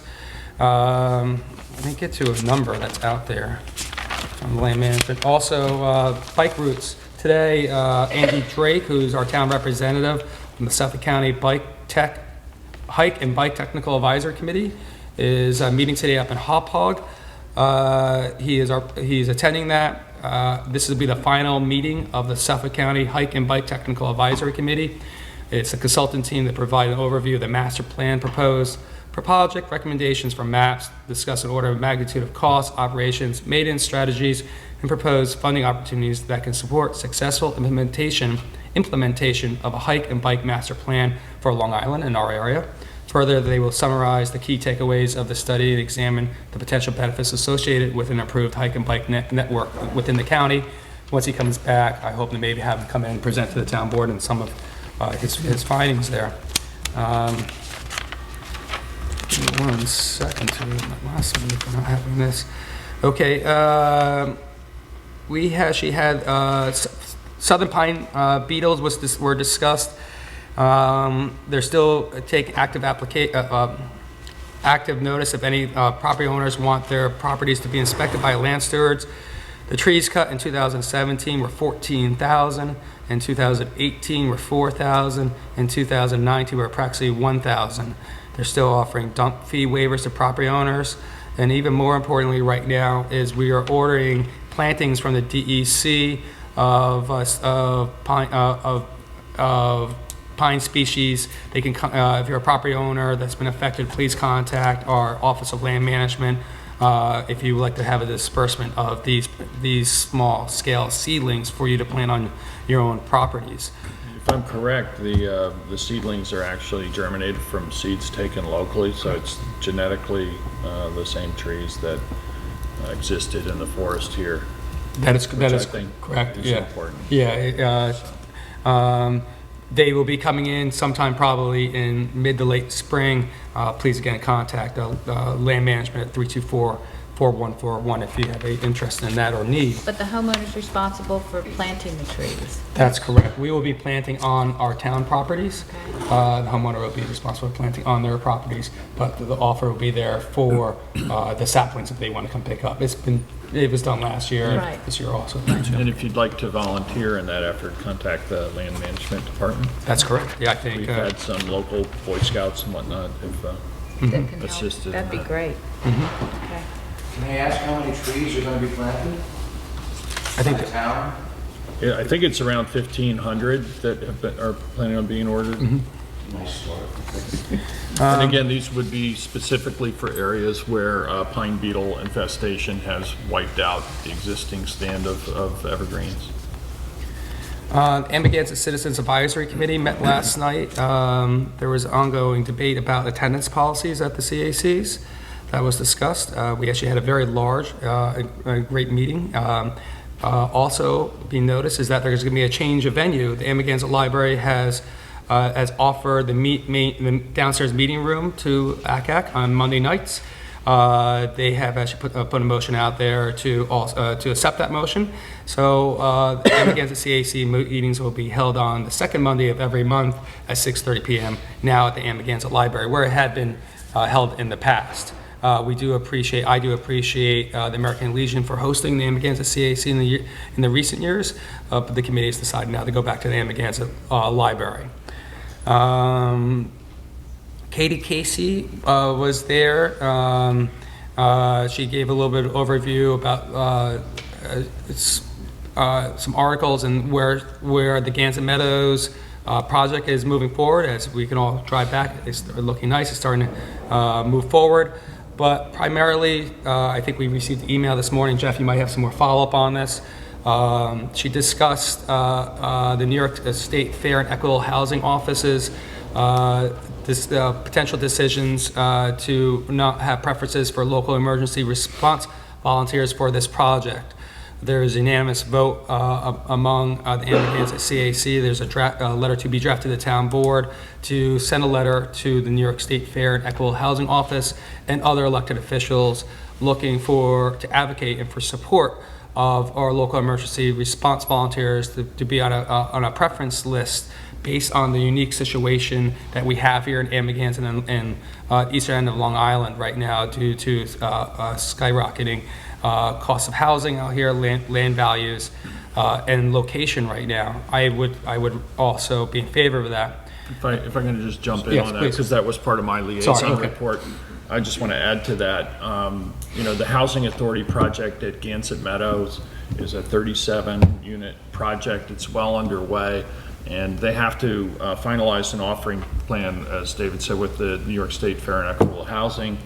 There was a local request made by the Housing Authority and Katie Casey to include firefighters and EMS people who qualify on their income level to be eligible for a preference in that housing. That's something that the Housing Authority, Katie Casey, supports. It's something that the town board supports. I'm glad to hear that ACAC was supportive of that. Unanimous. This is one of the critical impacts that a lack of affordable housing has on our local community, since we have volunteer fire departments and EMS staff. They're having more and more trouble recruiting volunteers because there simply just aren't enough people who are willing to serve. And I believe that that's a preference that should be based on the public service that these people offer to our town and our local community. It's critically important. It's interesting to me that veterans qualify for a preference, not based on demographic, but on the basis of the fact that they had served their country and their communities. And I think the same deference should be given to firefighters.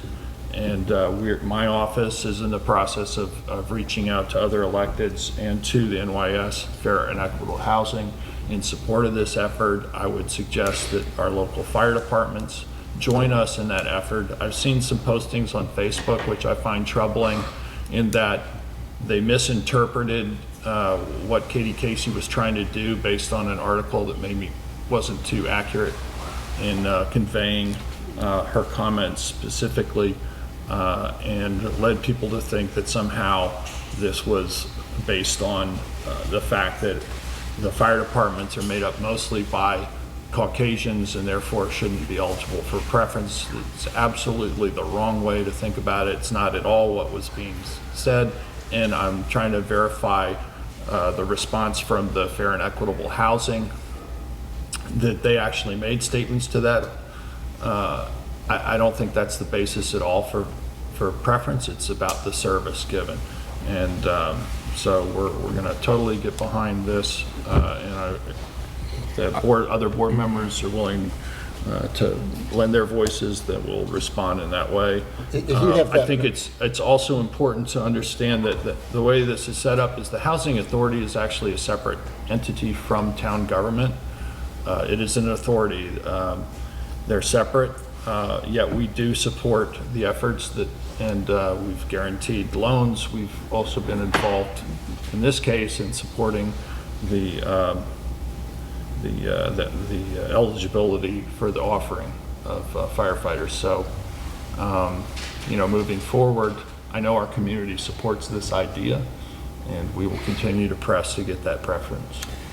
I was just going to say, if you have that material from, or comment from the Fair and Equitable Housing Office, could you share it? I'd asked Katie if she could copy me on that, and she said she would get back to me, and I don't know, honestly, if she's gotten it to me this morning yet or not.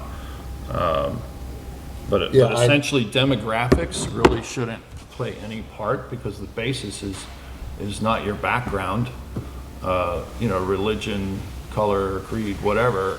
It's really about the service that you give, just in the same way that veterans are given a preference based on that. So that's... I know the concern was diversity. I'd just like to see what the comments were.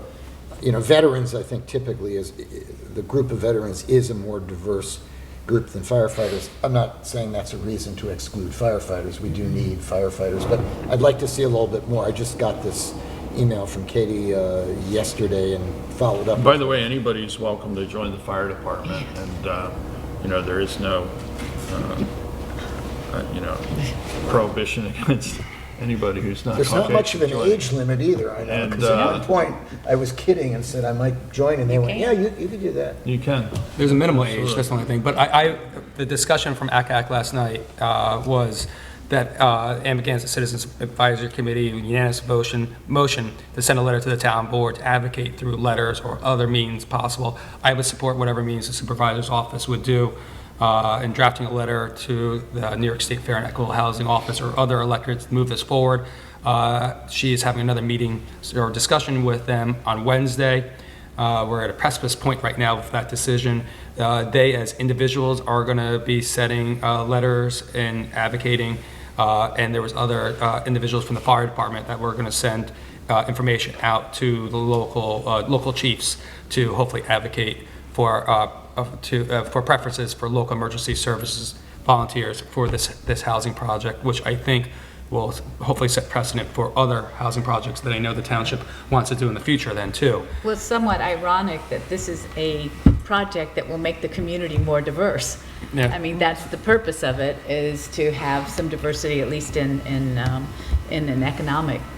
So I think based on some of the things I saw on Facebook, and I think just a general lack of understanding about the role of the housing authority and an overall view of what eligibility is all about and who is able to qualify for affordable housing in our town, that we having a work session on that either next week or the following work session, and have Tom Rule come in and Katie Casey both come in and explain what we're allowed to do and what we're not allowed to do with regard to qualifying people for housing. I think having an overview of the town's program as well as what the housing authority is doing would be helpful. Thank you. The last thing about that that she did mention there is that applications for that project won't be officially going out until the marketing plan is approved, but the project still is on schedule right now. Lastly, in recreation, the turkey trot, which was held on Thanksgiving, the net proceeds were just over $4,500. That's going to be split between the 3 East End food pantries from Montauk Springs and East Hampton. I think that's spectacular. I also have to continue to say, looking upcoming summer season, there are jobs available for lifeguards, recreational aides, and others in the Parks and Recreation Department. Please contact the Parks Department and Recreation Department at 324-2417 if you're interested in a job upcoming. Always looking for qualified individuals.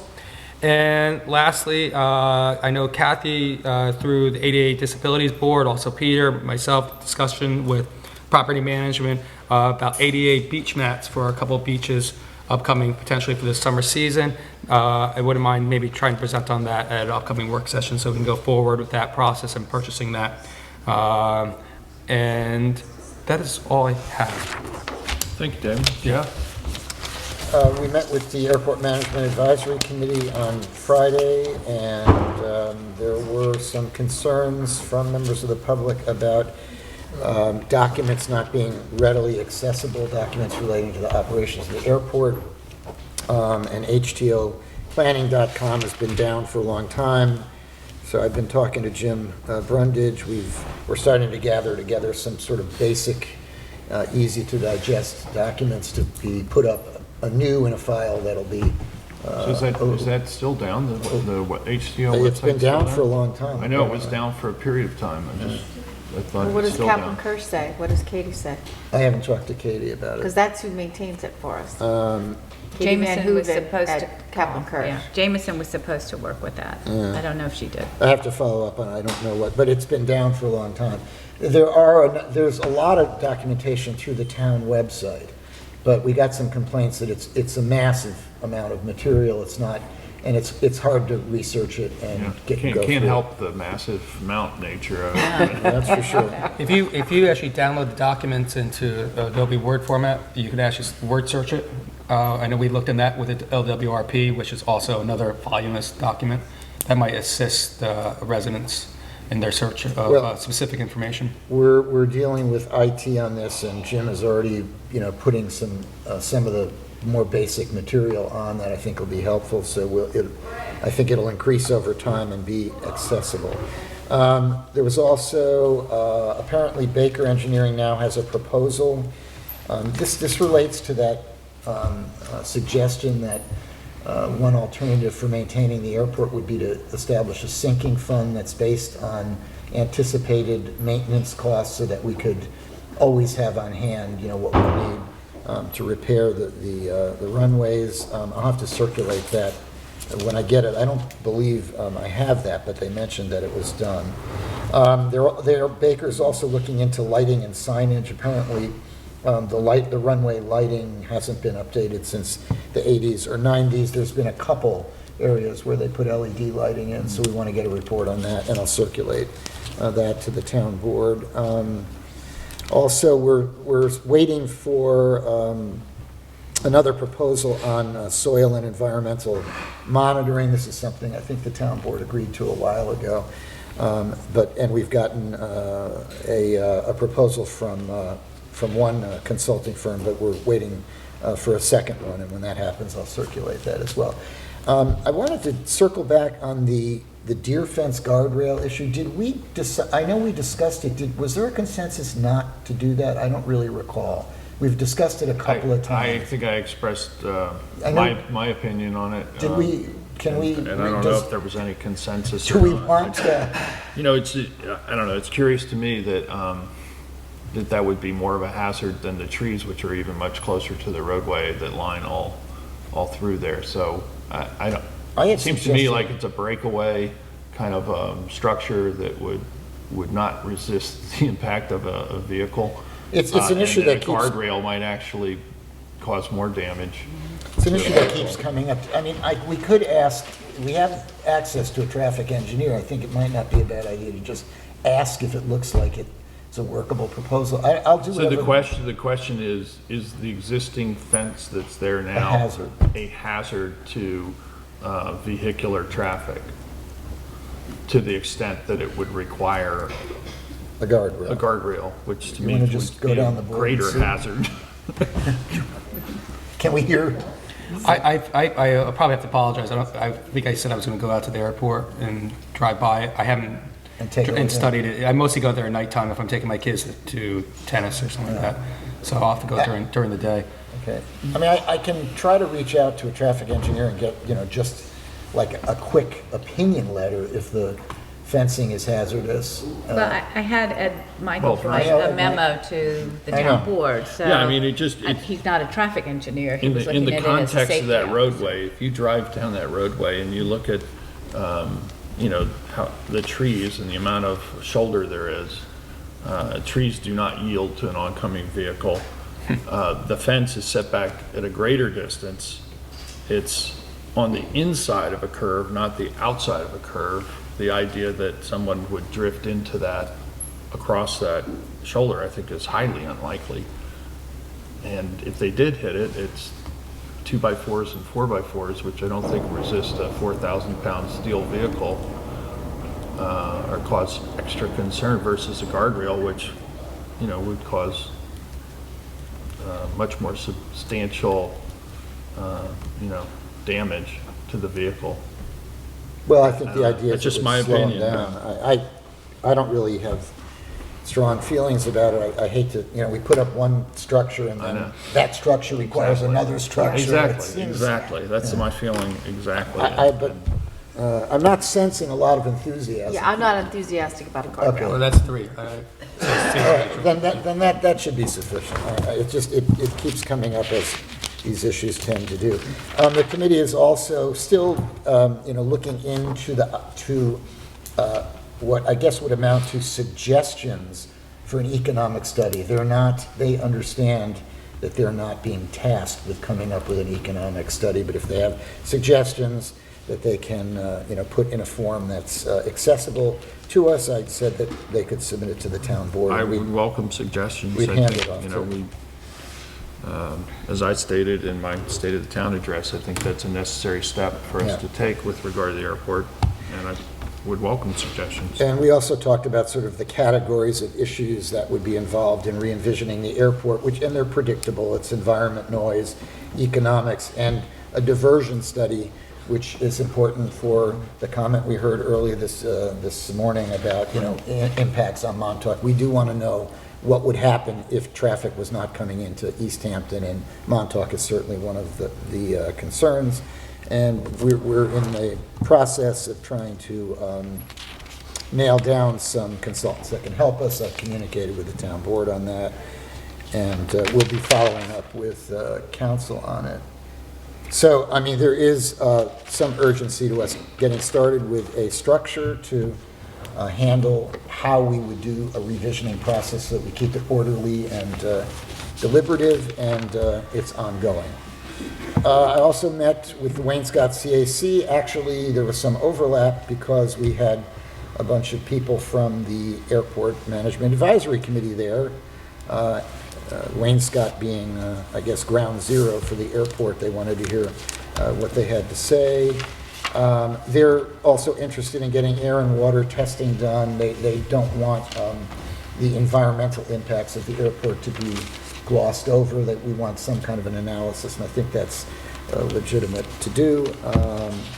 They were also interested in the possibility of affordable housing on the airport site if the airport were configured differently or eliminated, and I think that's going to relate back to some work that the planning department can do, hopefully using data we already have on the GIS system so that we have good maps that show all the constraints on the property.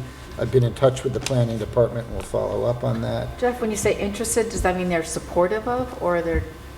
They are supportive of, yeah, I think they mentioned it as something that would be a benefit. They, wanted to know.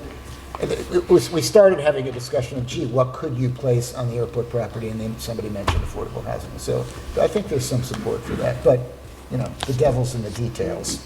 And we're not there yet, but I'm hoping that the planning department, using available materials, can get us at least going with some mapping that really gives us a good understanding of what's the constraints of the airport are, as well as what's surrounding it, so that we have a really good idea of all the uses and all the restrictions, if any, because that will drive to some extent what we could put on the airport property.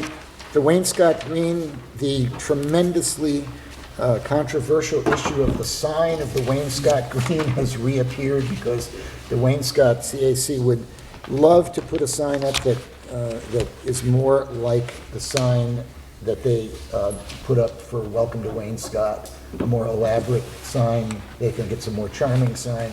I'm just giving you this as a heads up. You're a messenger here? I'm a mere messenger, having gone through the churning difficulty of resolving the size and shape of the sign. I'm just giving you a little heads up, and I'll forward on. I think there's already been some correspondence, Peter, that you're... I just that you received said. an email Yeah. from Rick Delmastro Okay. with a photograph of the Wayne-Scott sign that they put up. Yeah, that's sort of It what... seems a little large to me for the park. And- Yeah, I don't think the size is what he's looking And for. while I think it's the while I carving. appreciate, how beautiful that sign is, being that it's a town park, and we sort of have tried to be consistent with our signage, I'm not sure that, that that's the right sign to use. but- Well, that's the first response, and not totally I'm surprising. I'm not afraid to make that response, but, and I do appreciate, that members of Wayne-Scott, they have an affinity for that park, and the fact that it became a park from what it was or could have been, and I think we all appreciate that. So advising the public that there is a little pocket park there. I'll call it a pocket park because it's quite small, and it's a nice little green space amidst what otherwise is somewhat of a strip mall kind of development in the business district. Yeah, I think it'll make a big difference for Wainscott. It's a pretty green. A somewhat more serious issue that they wanted to discuss is that they are interested in communicating with other CACs on the issue of re-envisioning the airport. They have a subcommittee now, and they're, again, probably going to come up with suggestions that we can funnel to our consultants. It kind of comes to the heart of the whole question about CACs and their advisory role to the town board and the conduit back and forth directly to the town board. Yes, and they're aware of it, and I think fairly disciplined on that. What their concern is, and I think it's legitimate, is that the airport, although it's, located in Wainscott, has impacts, far out in other areas. And I think it might be an efficient way. I don't think it would change the role of the CAC, but I think it might be an efficient way for at least them to help gather some input if the chairman of the Wainscott CAC could talk to the chairman of the Springs CAC and say, hey, we're doing some work on airport re-envisioning, here are some topics, ask your people if there are any suggestions. There's no prohibition from contacting. I get a little concerned about one CAC to another going and presenting and trying to, create. Yeah, they're advisory to us, they're not advisory to. I understand that, and So it's supposed to be the goal would- specific to their hamlet. Yeah. So if the airport impacts another hamlet, say Amagansett or whatever, that's up to the Amagansett CAC to let us know directly that input, rather than CACs to group together to try and I don't think move some sort of effort towards some direction. That's not what they're not looking to group together and make this like a combined CAC. I think their only interest is in communicating. Like, I think Wainscott may want to send their 5 ideas on re-envisioning the airport to the chairman of the Send it to the Springs liaison. CAC. Send it to the liaison.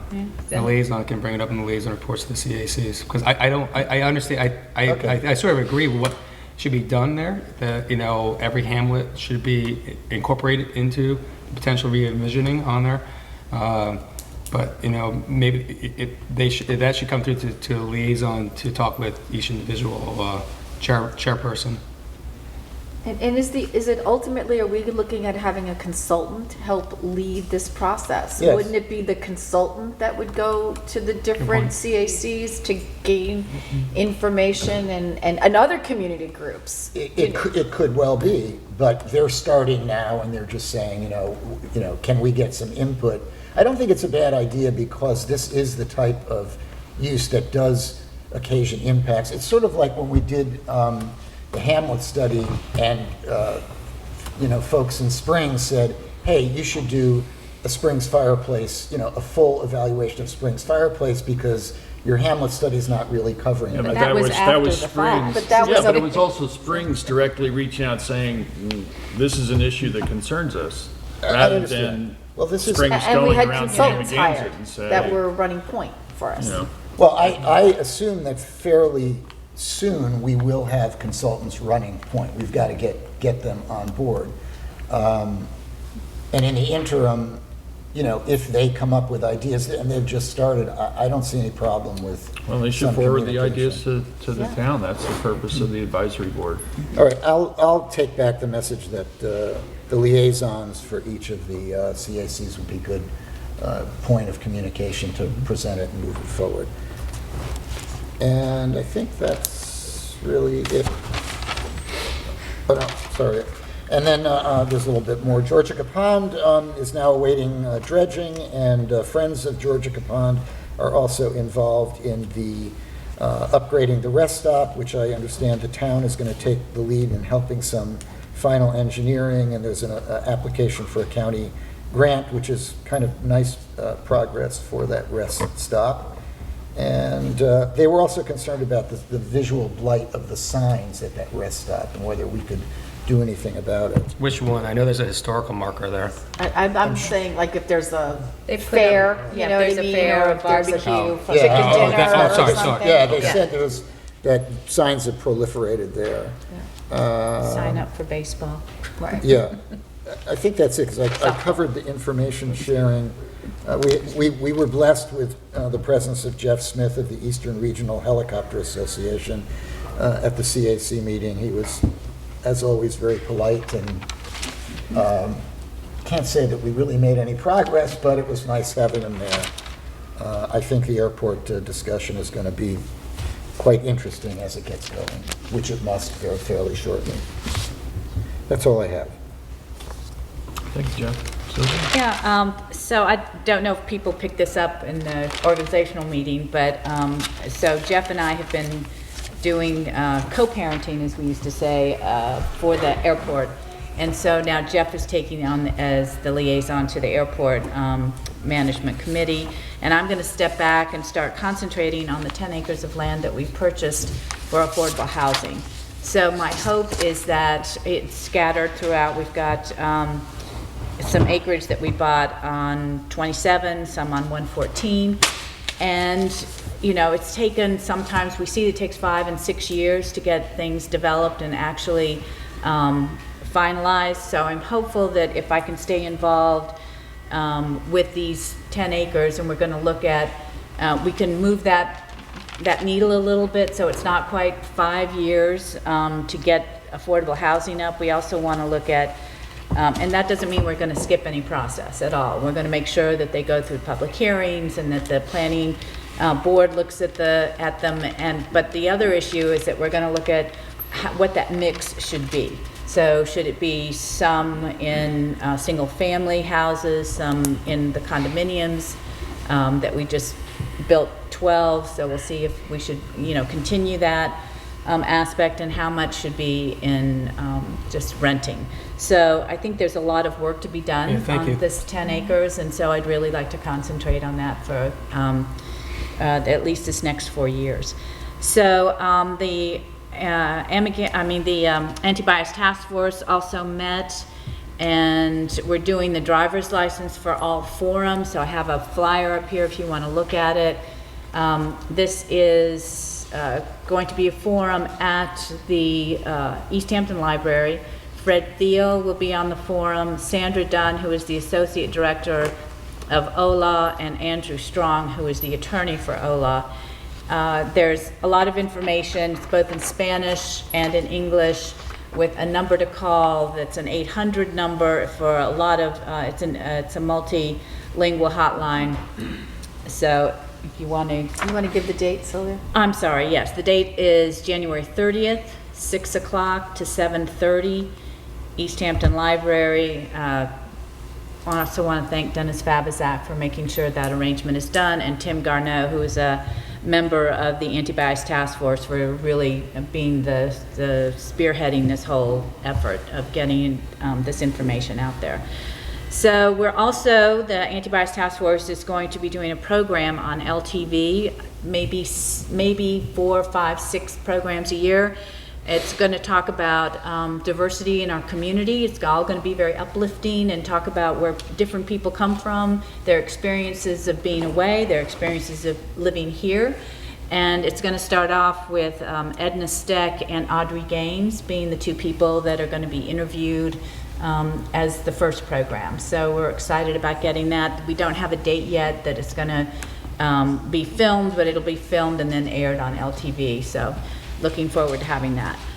The Arts Committee Council also met. We have 2 new co-chairs. It's going to be Scott Bluedorn and Janet Jennings. And we also have several new members of the Arts Council, so that's moving along. One of the things they're going to do is, again, at the East Hampton Library on March 14th is the opening of alumni artists from East Hampton High School. So I think it's you know, they don't have all the artists yet decided on, but anyway, it will be alumni artists, yeah, and they could be teachers also from the East Hampton High School or any of the East Hampton schools, Amagansett School, any of the school districts here. So we're looking forward to that. So that's a Saturday night you're doing it on? It's March 14th is the opening. Thank to Rich Modis, who is a new member, relatively new member. An alumni, class of 1994 of East Hampton Bonnet Check with me. Are you? Just Yeah. saying. Okay, so I like Richie. so he's putting this together. He's getting some food donated. So I think it'll be a really fun event, and it'll be a very local event. And we've got some very talented artists that live in this community and that have been very successful as far as you know, being able to stay in this community as artists. So they're also looking at the volunteer lawyers of the Arts Spring Program. In the past, they've done it at the Amagansett Library. They can talk about contracts, working with galleries and that kind of thing. They're going to look at 2 issues. This time, I don't have a date for that yet, but it will be sometime in the spring, either April or May. Let's see, I want to get back to everyone on the Montauk Hamlet study. So we had in December 10th, we had Lisa LaCourie here, and she has now given us, and I think everybody has a copy, I'm going to call the red line version of all the changes that were made and the formats that were made. I asked John Jilnicki, town attorney, to weigh in on the changes, and John, can I read the email that you sent to me? Or I could just say that. Okay, go ahead. I don't think that, you know, there's nothing in there that I saw that would require you to rehear it. You could, of course, do that if you want to, but they're all responses to comments, and there's no new, you know, concept being introduced into the change, you know, with these changes. So you certainly could move forward with no that. Substantive changes. Yeah. So I just wanted to bring that to everyone's attention, and we didn't do another public hearing. This would be the second, if not more, public hearings that we've had on this. So I would like to move forward if we can with this, and appreciate, and I'll be able to put this red line version up on the internet, I mean on the website as well. So I think that would be helpful. And with that, you also then received the SECRA Part 3. So I think we'll try to move forward with that. Thank you. Thank you for that. Yeah. And we already discussed the music permit, so we're going to have the public hearing on this Thursday, so anxious to hear what the public has to say. The East Hampton, the Energy Sustainability Committee, I sent everybody a presentation that was given to them back in, I think this was actually in November, called Pedal Share. So we had a presentation at the Energy Sustainability Committee. It's also being, this company is also doing this in West Hampton and Southampton. I don't know, and I'm asking the board if they're interested in having this company come and give a presentation to the town board, and if you are, that's great. If not, that's great too. But I just want to know so I can schedule this if you're interested in hearing about this program. I would support having a presentation on it. Okay. Probably sometime in February, I don't know. I'd like to hear it. Okay. I'm a little lukewarm on it, but I wouldn't mind hearing a presentation. I'm more warmer to the pedal share than potential scooters, or whatever those electric ones are. But yes, the best way for me to become more informed is by having them present to us. Also, I will schedule that at a work session, February or March. The sooner the better, if there's any issues. We're also on February the 4th, John Jilnicki has been working on the community choice aggregation legislation. And so I'd like to have a work session on February 4th on the community choice aggregation, something that the Energy Sustainability has also been working on. There will be, as you know, Linda James stepped down as the chair, and hopefully we do meet tomorrow, so by tomorrow I think we'll have a new chair, and I'll be able to share that with everybody. I'd also like to, and I've talked to Kim Shaw about this, the Recycling and Litter Committee is a very small committee, where the Energy Sustainability Committee is a pretty large committee, and we're finding some overlap of things that we're doing in both committees. So I'd like to fold those two committees together.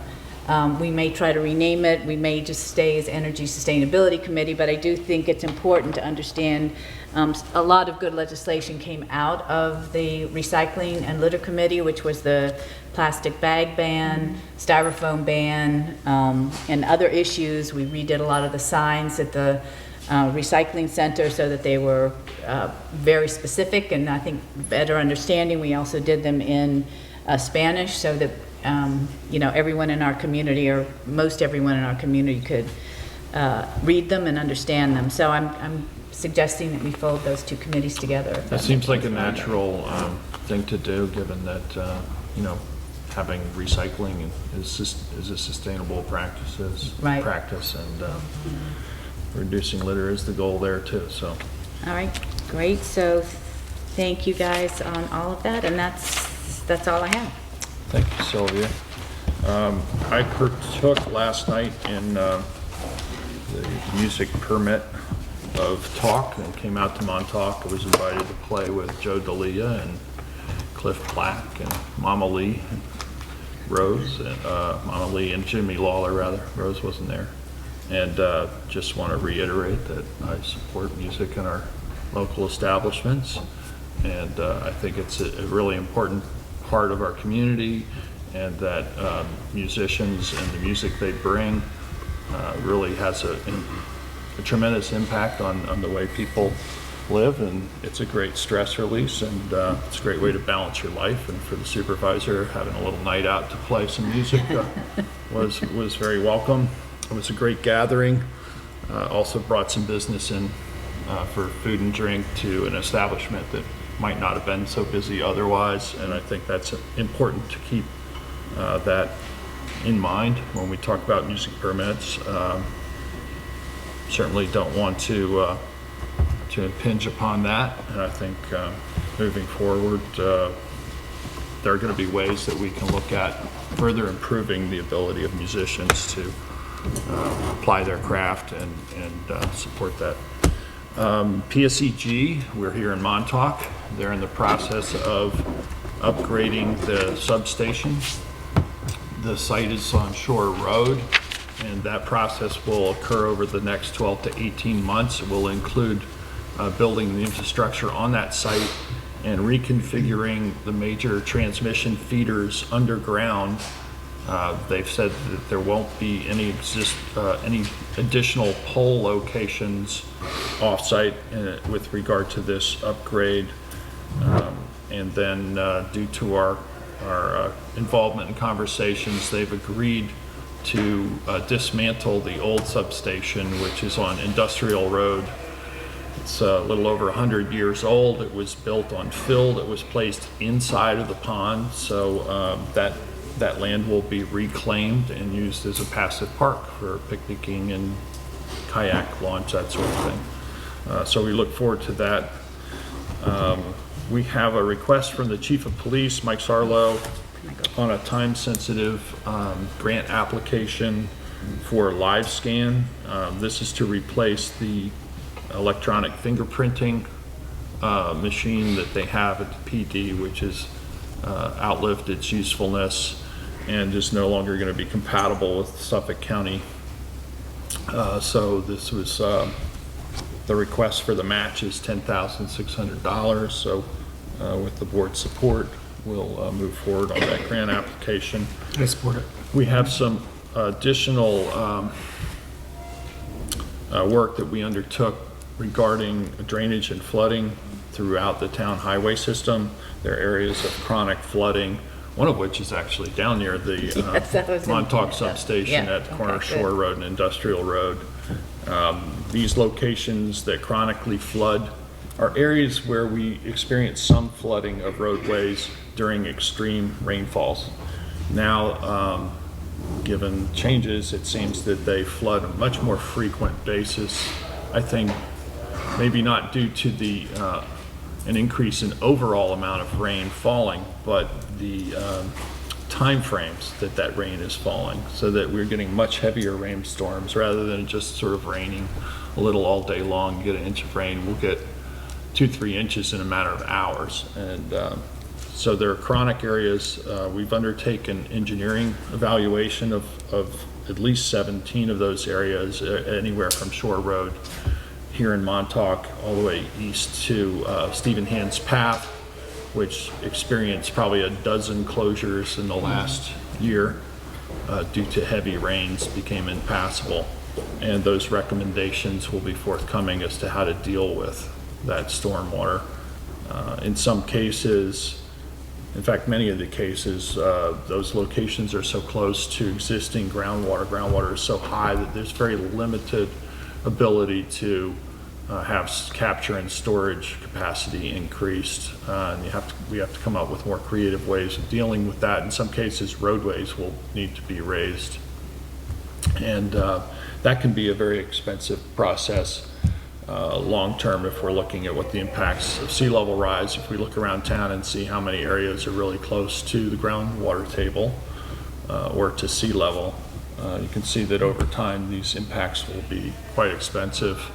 And again, another reason why we need to be proactive and taking a look at which areas are most vulnerable and coming up with strategies to deal with that. So I just want to go back to flooding on Shore Road, Second House, and Industrial, which is what's been a complaint consistently since I've been the liaison to the Montauk CAC. And my contact with Steve Lynch is, he fills the potholes. He does his best. He fills the potholes. It rains, and all of that just washes away, and so you've got a pothole back again. And I know that's not very satisfying to the citizens in Montauk, but the other issue is that I've been in touch with Bill Falk, who is F-A-U-L-K, who is working with building the substation. He's with PSEG. And so he has talked about how they're going to be doing that road over again as they move the poles and do that work. So he did send me an email because I've asked him where we are and where we stand, and he said that at this moment there's no specific design, but we will review it with the town and our town highway department before we move forward. So I sent that email to the Montauk CAC, so they should be informed. But I don't think I sent it actually to the board members, so. So one of the other aspects with that, though, is that, they're gonna still need to do some transmission line feeder relocations between Industrial Road and North Shore Road and Shore Road. So I don't know if those long-term solutions will be quite the same as some of the shorter term in terms of improving that. So I think that's to be discussed, as we move forward with this project. So, and I know they already started moving that substation on January the 6th, actually. It had already started to be moved. So people in Montauk are seeing that construction already. So we'll bring that engineering work to the board and with the recommended fixes as soon as that's ready, but that's moving along well, and I expect in the next several weeks to have something firm to bring. Okay, that'd be great. Okay, I think we don't have any resolutions today. I'm gonna take a motion to go into executive session. Yes, sir? Yeah, our public comment was in the beginning, but I'll give you a moment. If you could just please keep your comments to 3 minutes or less. Very short, sir. And if you just state your name for the record, Harry. My name is Harry Lagaren. I'm a lifelong resident of the area. First of all, I want to thank you and bless you all. You guys have been up here talking about sustainable energy use, recycling, sea level rises, environmental impact. Every Friday for the last 2 weeks, and I will be out in front of Town Hall every Friday until we have enough people to do what it takes to move to the next level. I'm trying to raise awareness about the environmental crisis. It is a global crisis. I made this chart to stand out there with, and you can look at this. The scariest number for me is down at the bottom of this board here. And I ran across a really scary article yesterday on the internet. I'll bring it closer. Now that's not news, of course, there's plenty of scary information on the internet. But I ran across an article from 1912. And in 1912, there was an article they talked about, we were putting two... Harry, if you just speak to the microphone. It'll pick up better on TV. So you can get on. They were putting 2 billion pounds of carbon into the air in 1912. and 7 billion pounds of CO2. That number has increased more than 100-fold in the last century.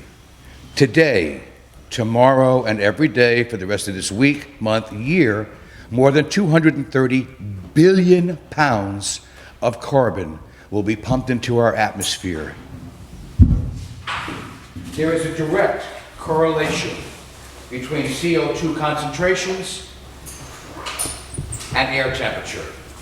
Direct correlation. And there's a direct correlation between air temperature and sea level rise. And no community globally is going to be impacted much more than our local area by sea level rising.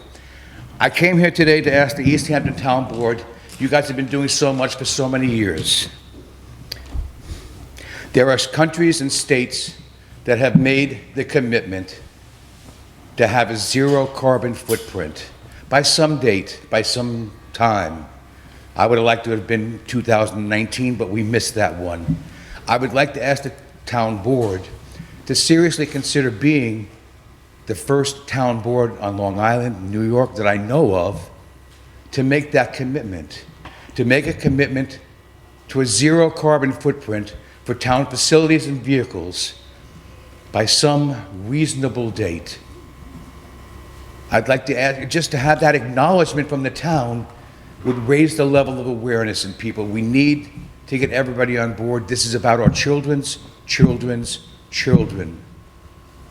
The earth will become uninhabitable if this continues unabated. Please help. And if you want to come out, I'll be out there every Friday. Come out and stand with me. I have extra signs. I have blank signs if you want to make your own. And I have markers. So please join with me in this fight. Please stand up. We need to raise our voices loud enough to be heard in Albany, loud enough to be heard in DC, loud enough to be heard in every global capital across the globe. We have to raise awareness. We have to stop. What are our grandchildren going to say to their parents that we did once we knew? What did we do once we knew? A failure to act, in my personal estimation, is akin to a crime against humanity. And people have been tried and executed for those crimes, and I wouldn't want that to happen. It is my sincere and heartfelt belief that you people are good people, that everybody in this room is a good person. Let's be on the right side of history and do the right thing, please. Thank you. Thank you, Harry. I appreciate your passion for this. I think it's really important, public awareness, and we're offering a number of ways in which individuals within the town can help in this effort in their own lives by making choices that are more sustainable, and we're going to continue to do that. Thank you. You guys have done a great job, truly have, throughout the years. I know you're aware of this problem, so. Thank you, Harry. And oh, by the way, thank you, Supervisor Vince Goya, coming out there last week, encouraging you. well, I wanted to see, first of all, what your sign said, because I saw you out there the week before in the rain, and I appreciate your commitment, but I couldn't tell what the sign was, and nobody in town hall seemed to know what it was about, so I decided I would come out and see exactly what you were saying. And as I drove into work that day, you had a better sign, greener sign, I could read it. So the only advice I would give you is to make sure that the signs that you're holding up are legible enough so that people driving by, because they only got a brief moment to look, can understand what you're trying to say. So there was much clearer last week. So again, I thank you for continuing to make people aware. And I was also pleased to hear the number of people driving by who honk their horns in recognition of what you were saying. And I take that as a really good sign. We here in East Hampton, we cherish our environment. It's at the forefront of what we find is most important. It's really what our whole economy is based on here. And I think we can be a shining example for the rest of Long Island and the rest of the country that we need to continue making these choices and advances. And so again, thank you for bringing that up. I'll entertain a motion to go into exec session. A motion to go into exec session for CPF. Hold on. Oh, Greg, did you want to? Yes. Okay. Yeah. So, This is so you don't sign that line right here. Okay. okay. A conglomerate.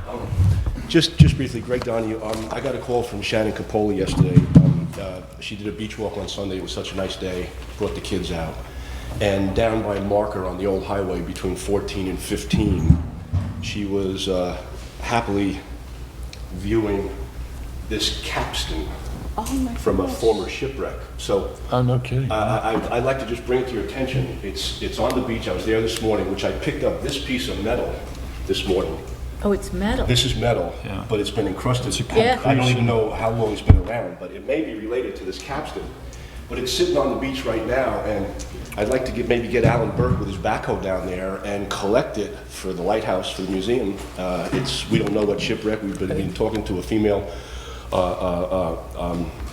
marine archaeologist, and she says it's very valuable. It's kind of neat. The shore erosion of late. How big is it? How big is it? Yeah. Capstan, it's probably Take a look at several someone's hundred. Yeah, I photo on guess. it right now. Okay. I think the best way to contact would be Oh contact my gosh. Ed Michaels. Oh, nice. Talk to Ed about it? Yeah, yeah. I have not. Cool. Okay. But it's just a little tidbit that came up. Shannon called me yesterday and she says, "Is the Historical Society interested?" I said, "We certainly are." I went and looked at it this morning. And then So I get a new phone and a concretion of, I found this. This is so you don't step out of line, but well, I'll be careful. I would hope that we can harvest this thing because it's a relic and it has some history somewhere. If we can find out what ship it That came would be from. great. I wonder if Piece it's is just fun. been buried in the sand all this time and, Yeah, you know, once and it's exposed to the atmosphere, it may sort of degrade. It could move again. Who knows? But I'll look. I'll Great, call well, Ed thanks for about it. bringing that up. And Okay. I also wanted to say, I saw you in the audience when David was talking about the 3 Mile Harbor Jetty, and that some of you, I know the board's aware, but the public may not be, that you've been overseeing the placement of those stones to make sure that they all fit nice and snug and. Yeah, the elevations are proper and Right, so the width of it and everything. we else. appreciate your efforts on that behalf, and of course, all the work. thanks for having me. All the work you've done over the years at the lighthouse, which is I appreciate really a Herculean effort that you've undertaken to make sure that that is around for many more generations. If we too. get this big one Appreciate it. done with the big boys, it'll be there for 100 years, so I'm Right. happy about that. But thank you. Thanks again, Greg. Thanks. Okay, I will re-entertain a motion to go into exec session. So a motion to go look at the beach, and, no, only kidding. do that. Motion to go into exec session for CPF and Personnel. personnel. Personnel, and contracts. contracts. What time? Second. It's now 12:25 almost. Can we do that at 2? Do you want to say 1:30? Yeah. 2 o'clock? 2:15? 2:15? Okay. 2:15? Do we have any calls, John, today? I don't think so. So a motion to go into exec session. Do I have a second? Second. All in favor? Aye. That's carried. Thank you very much, everyone.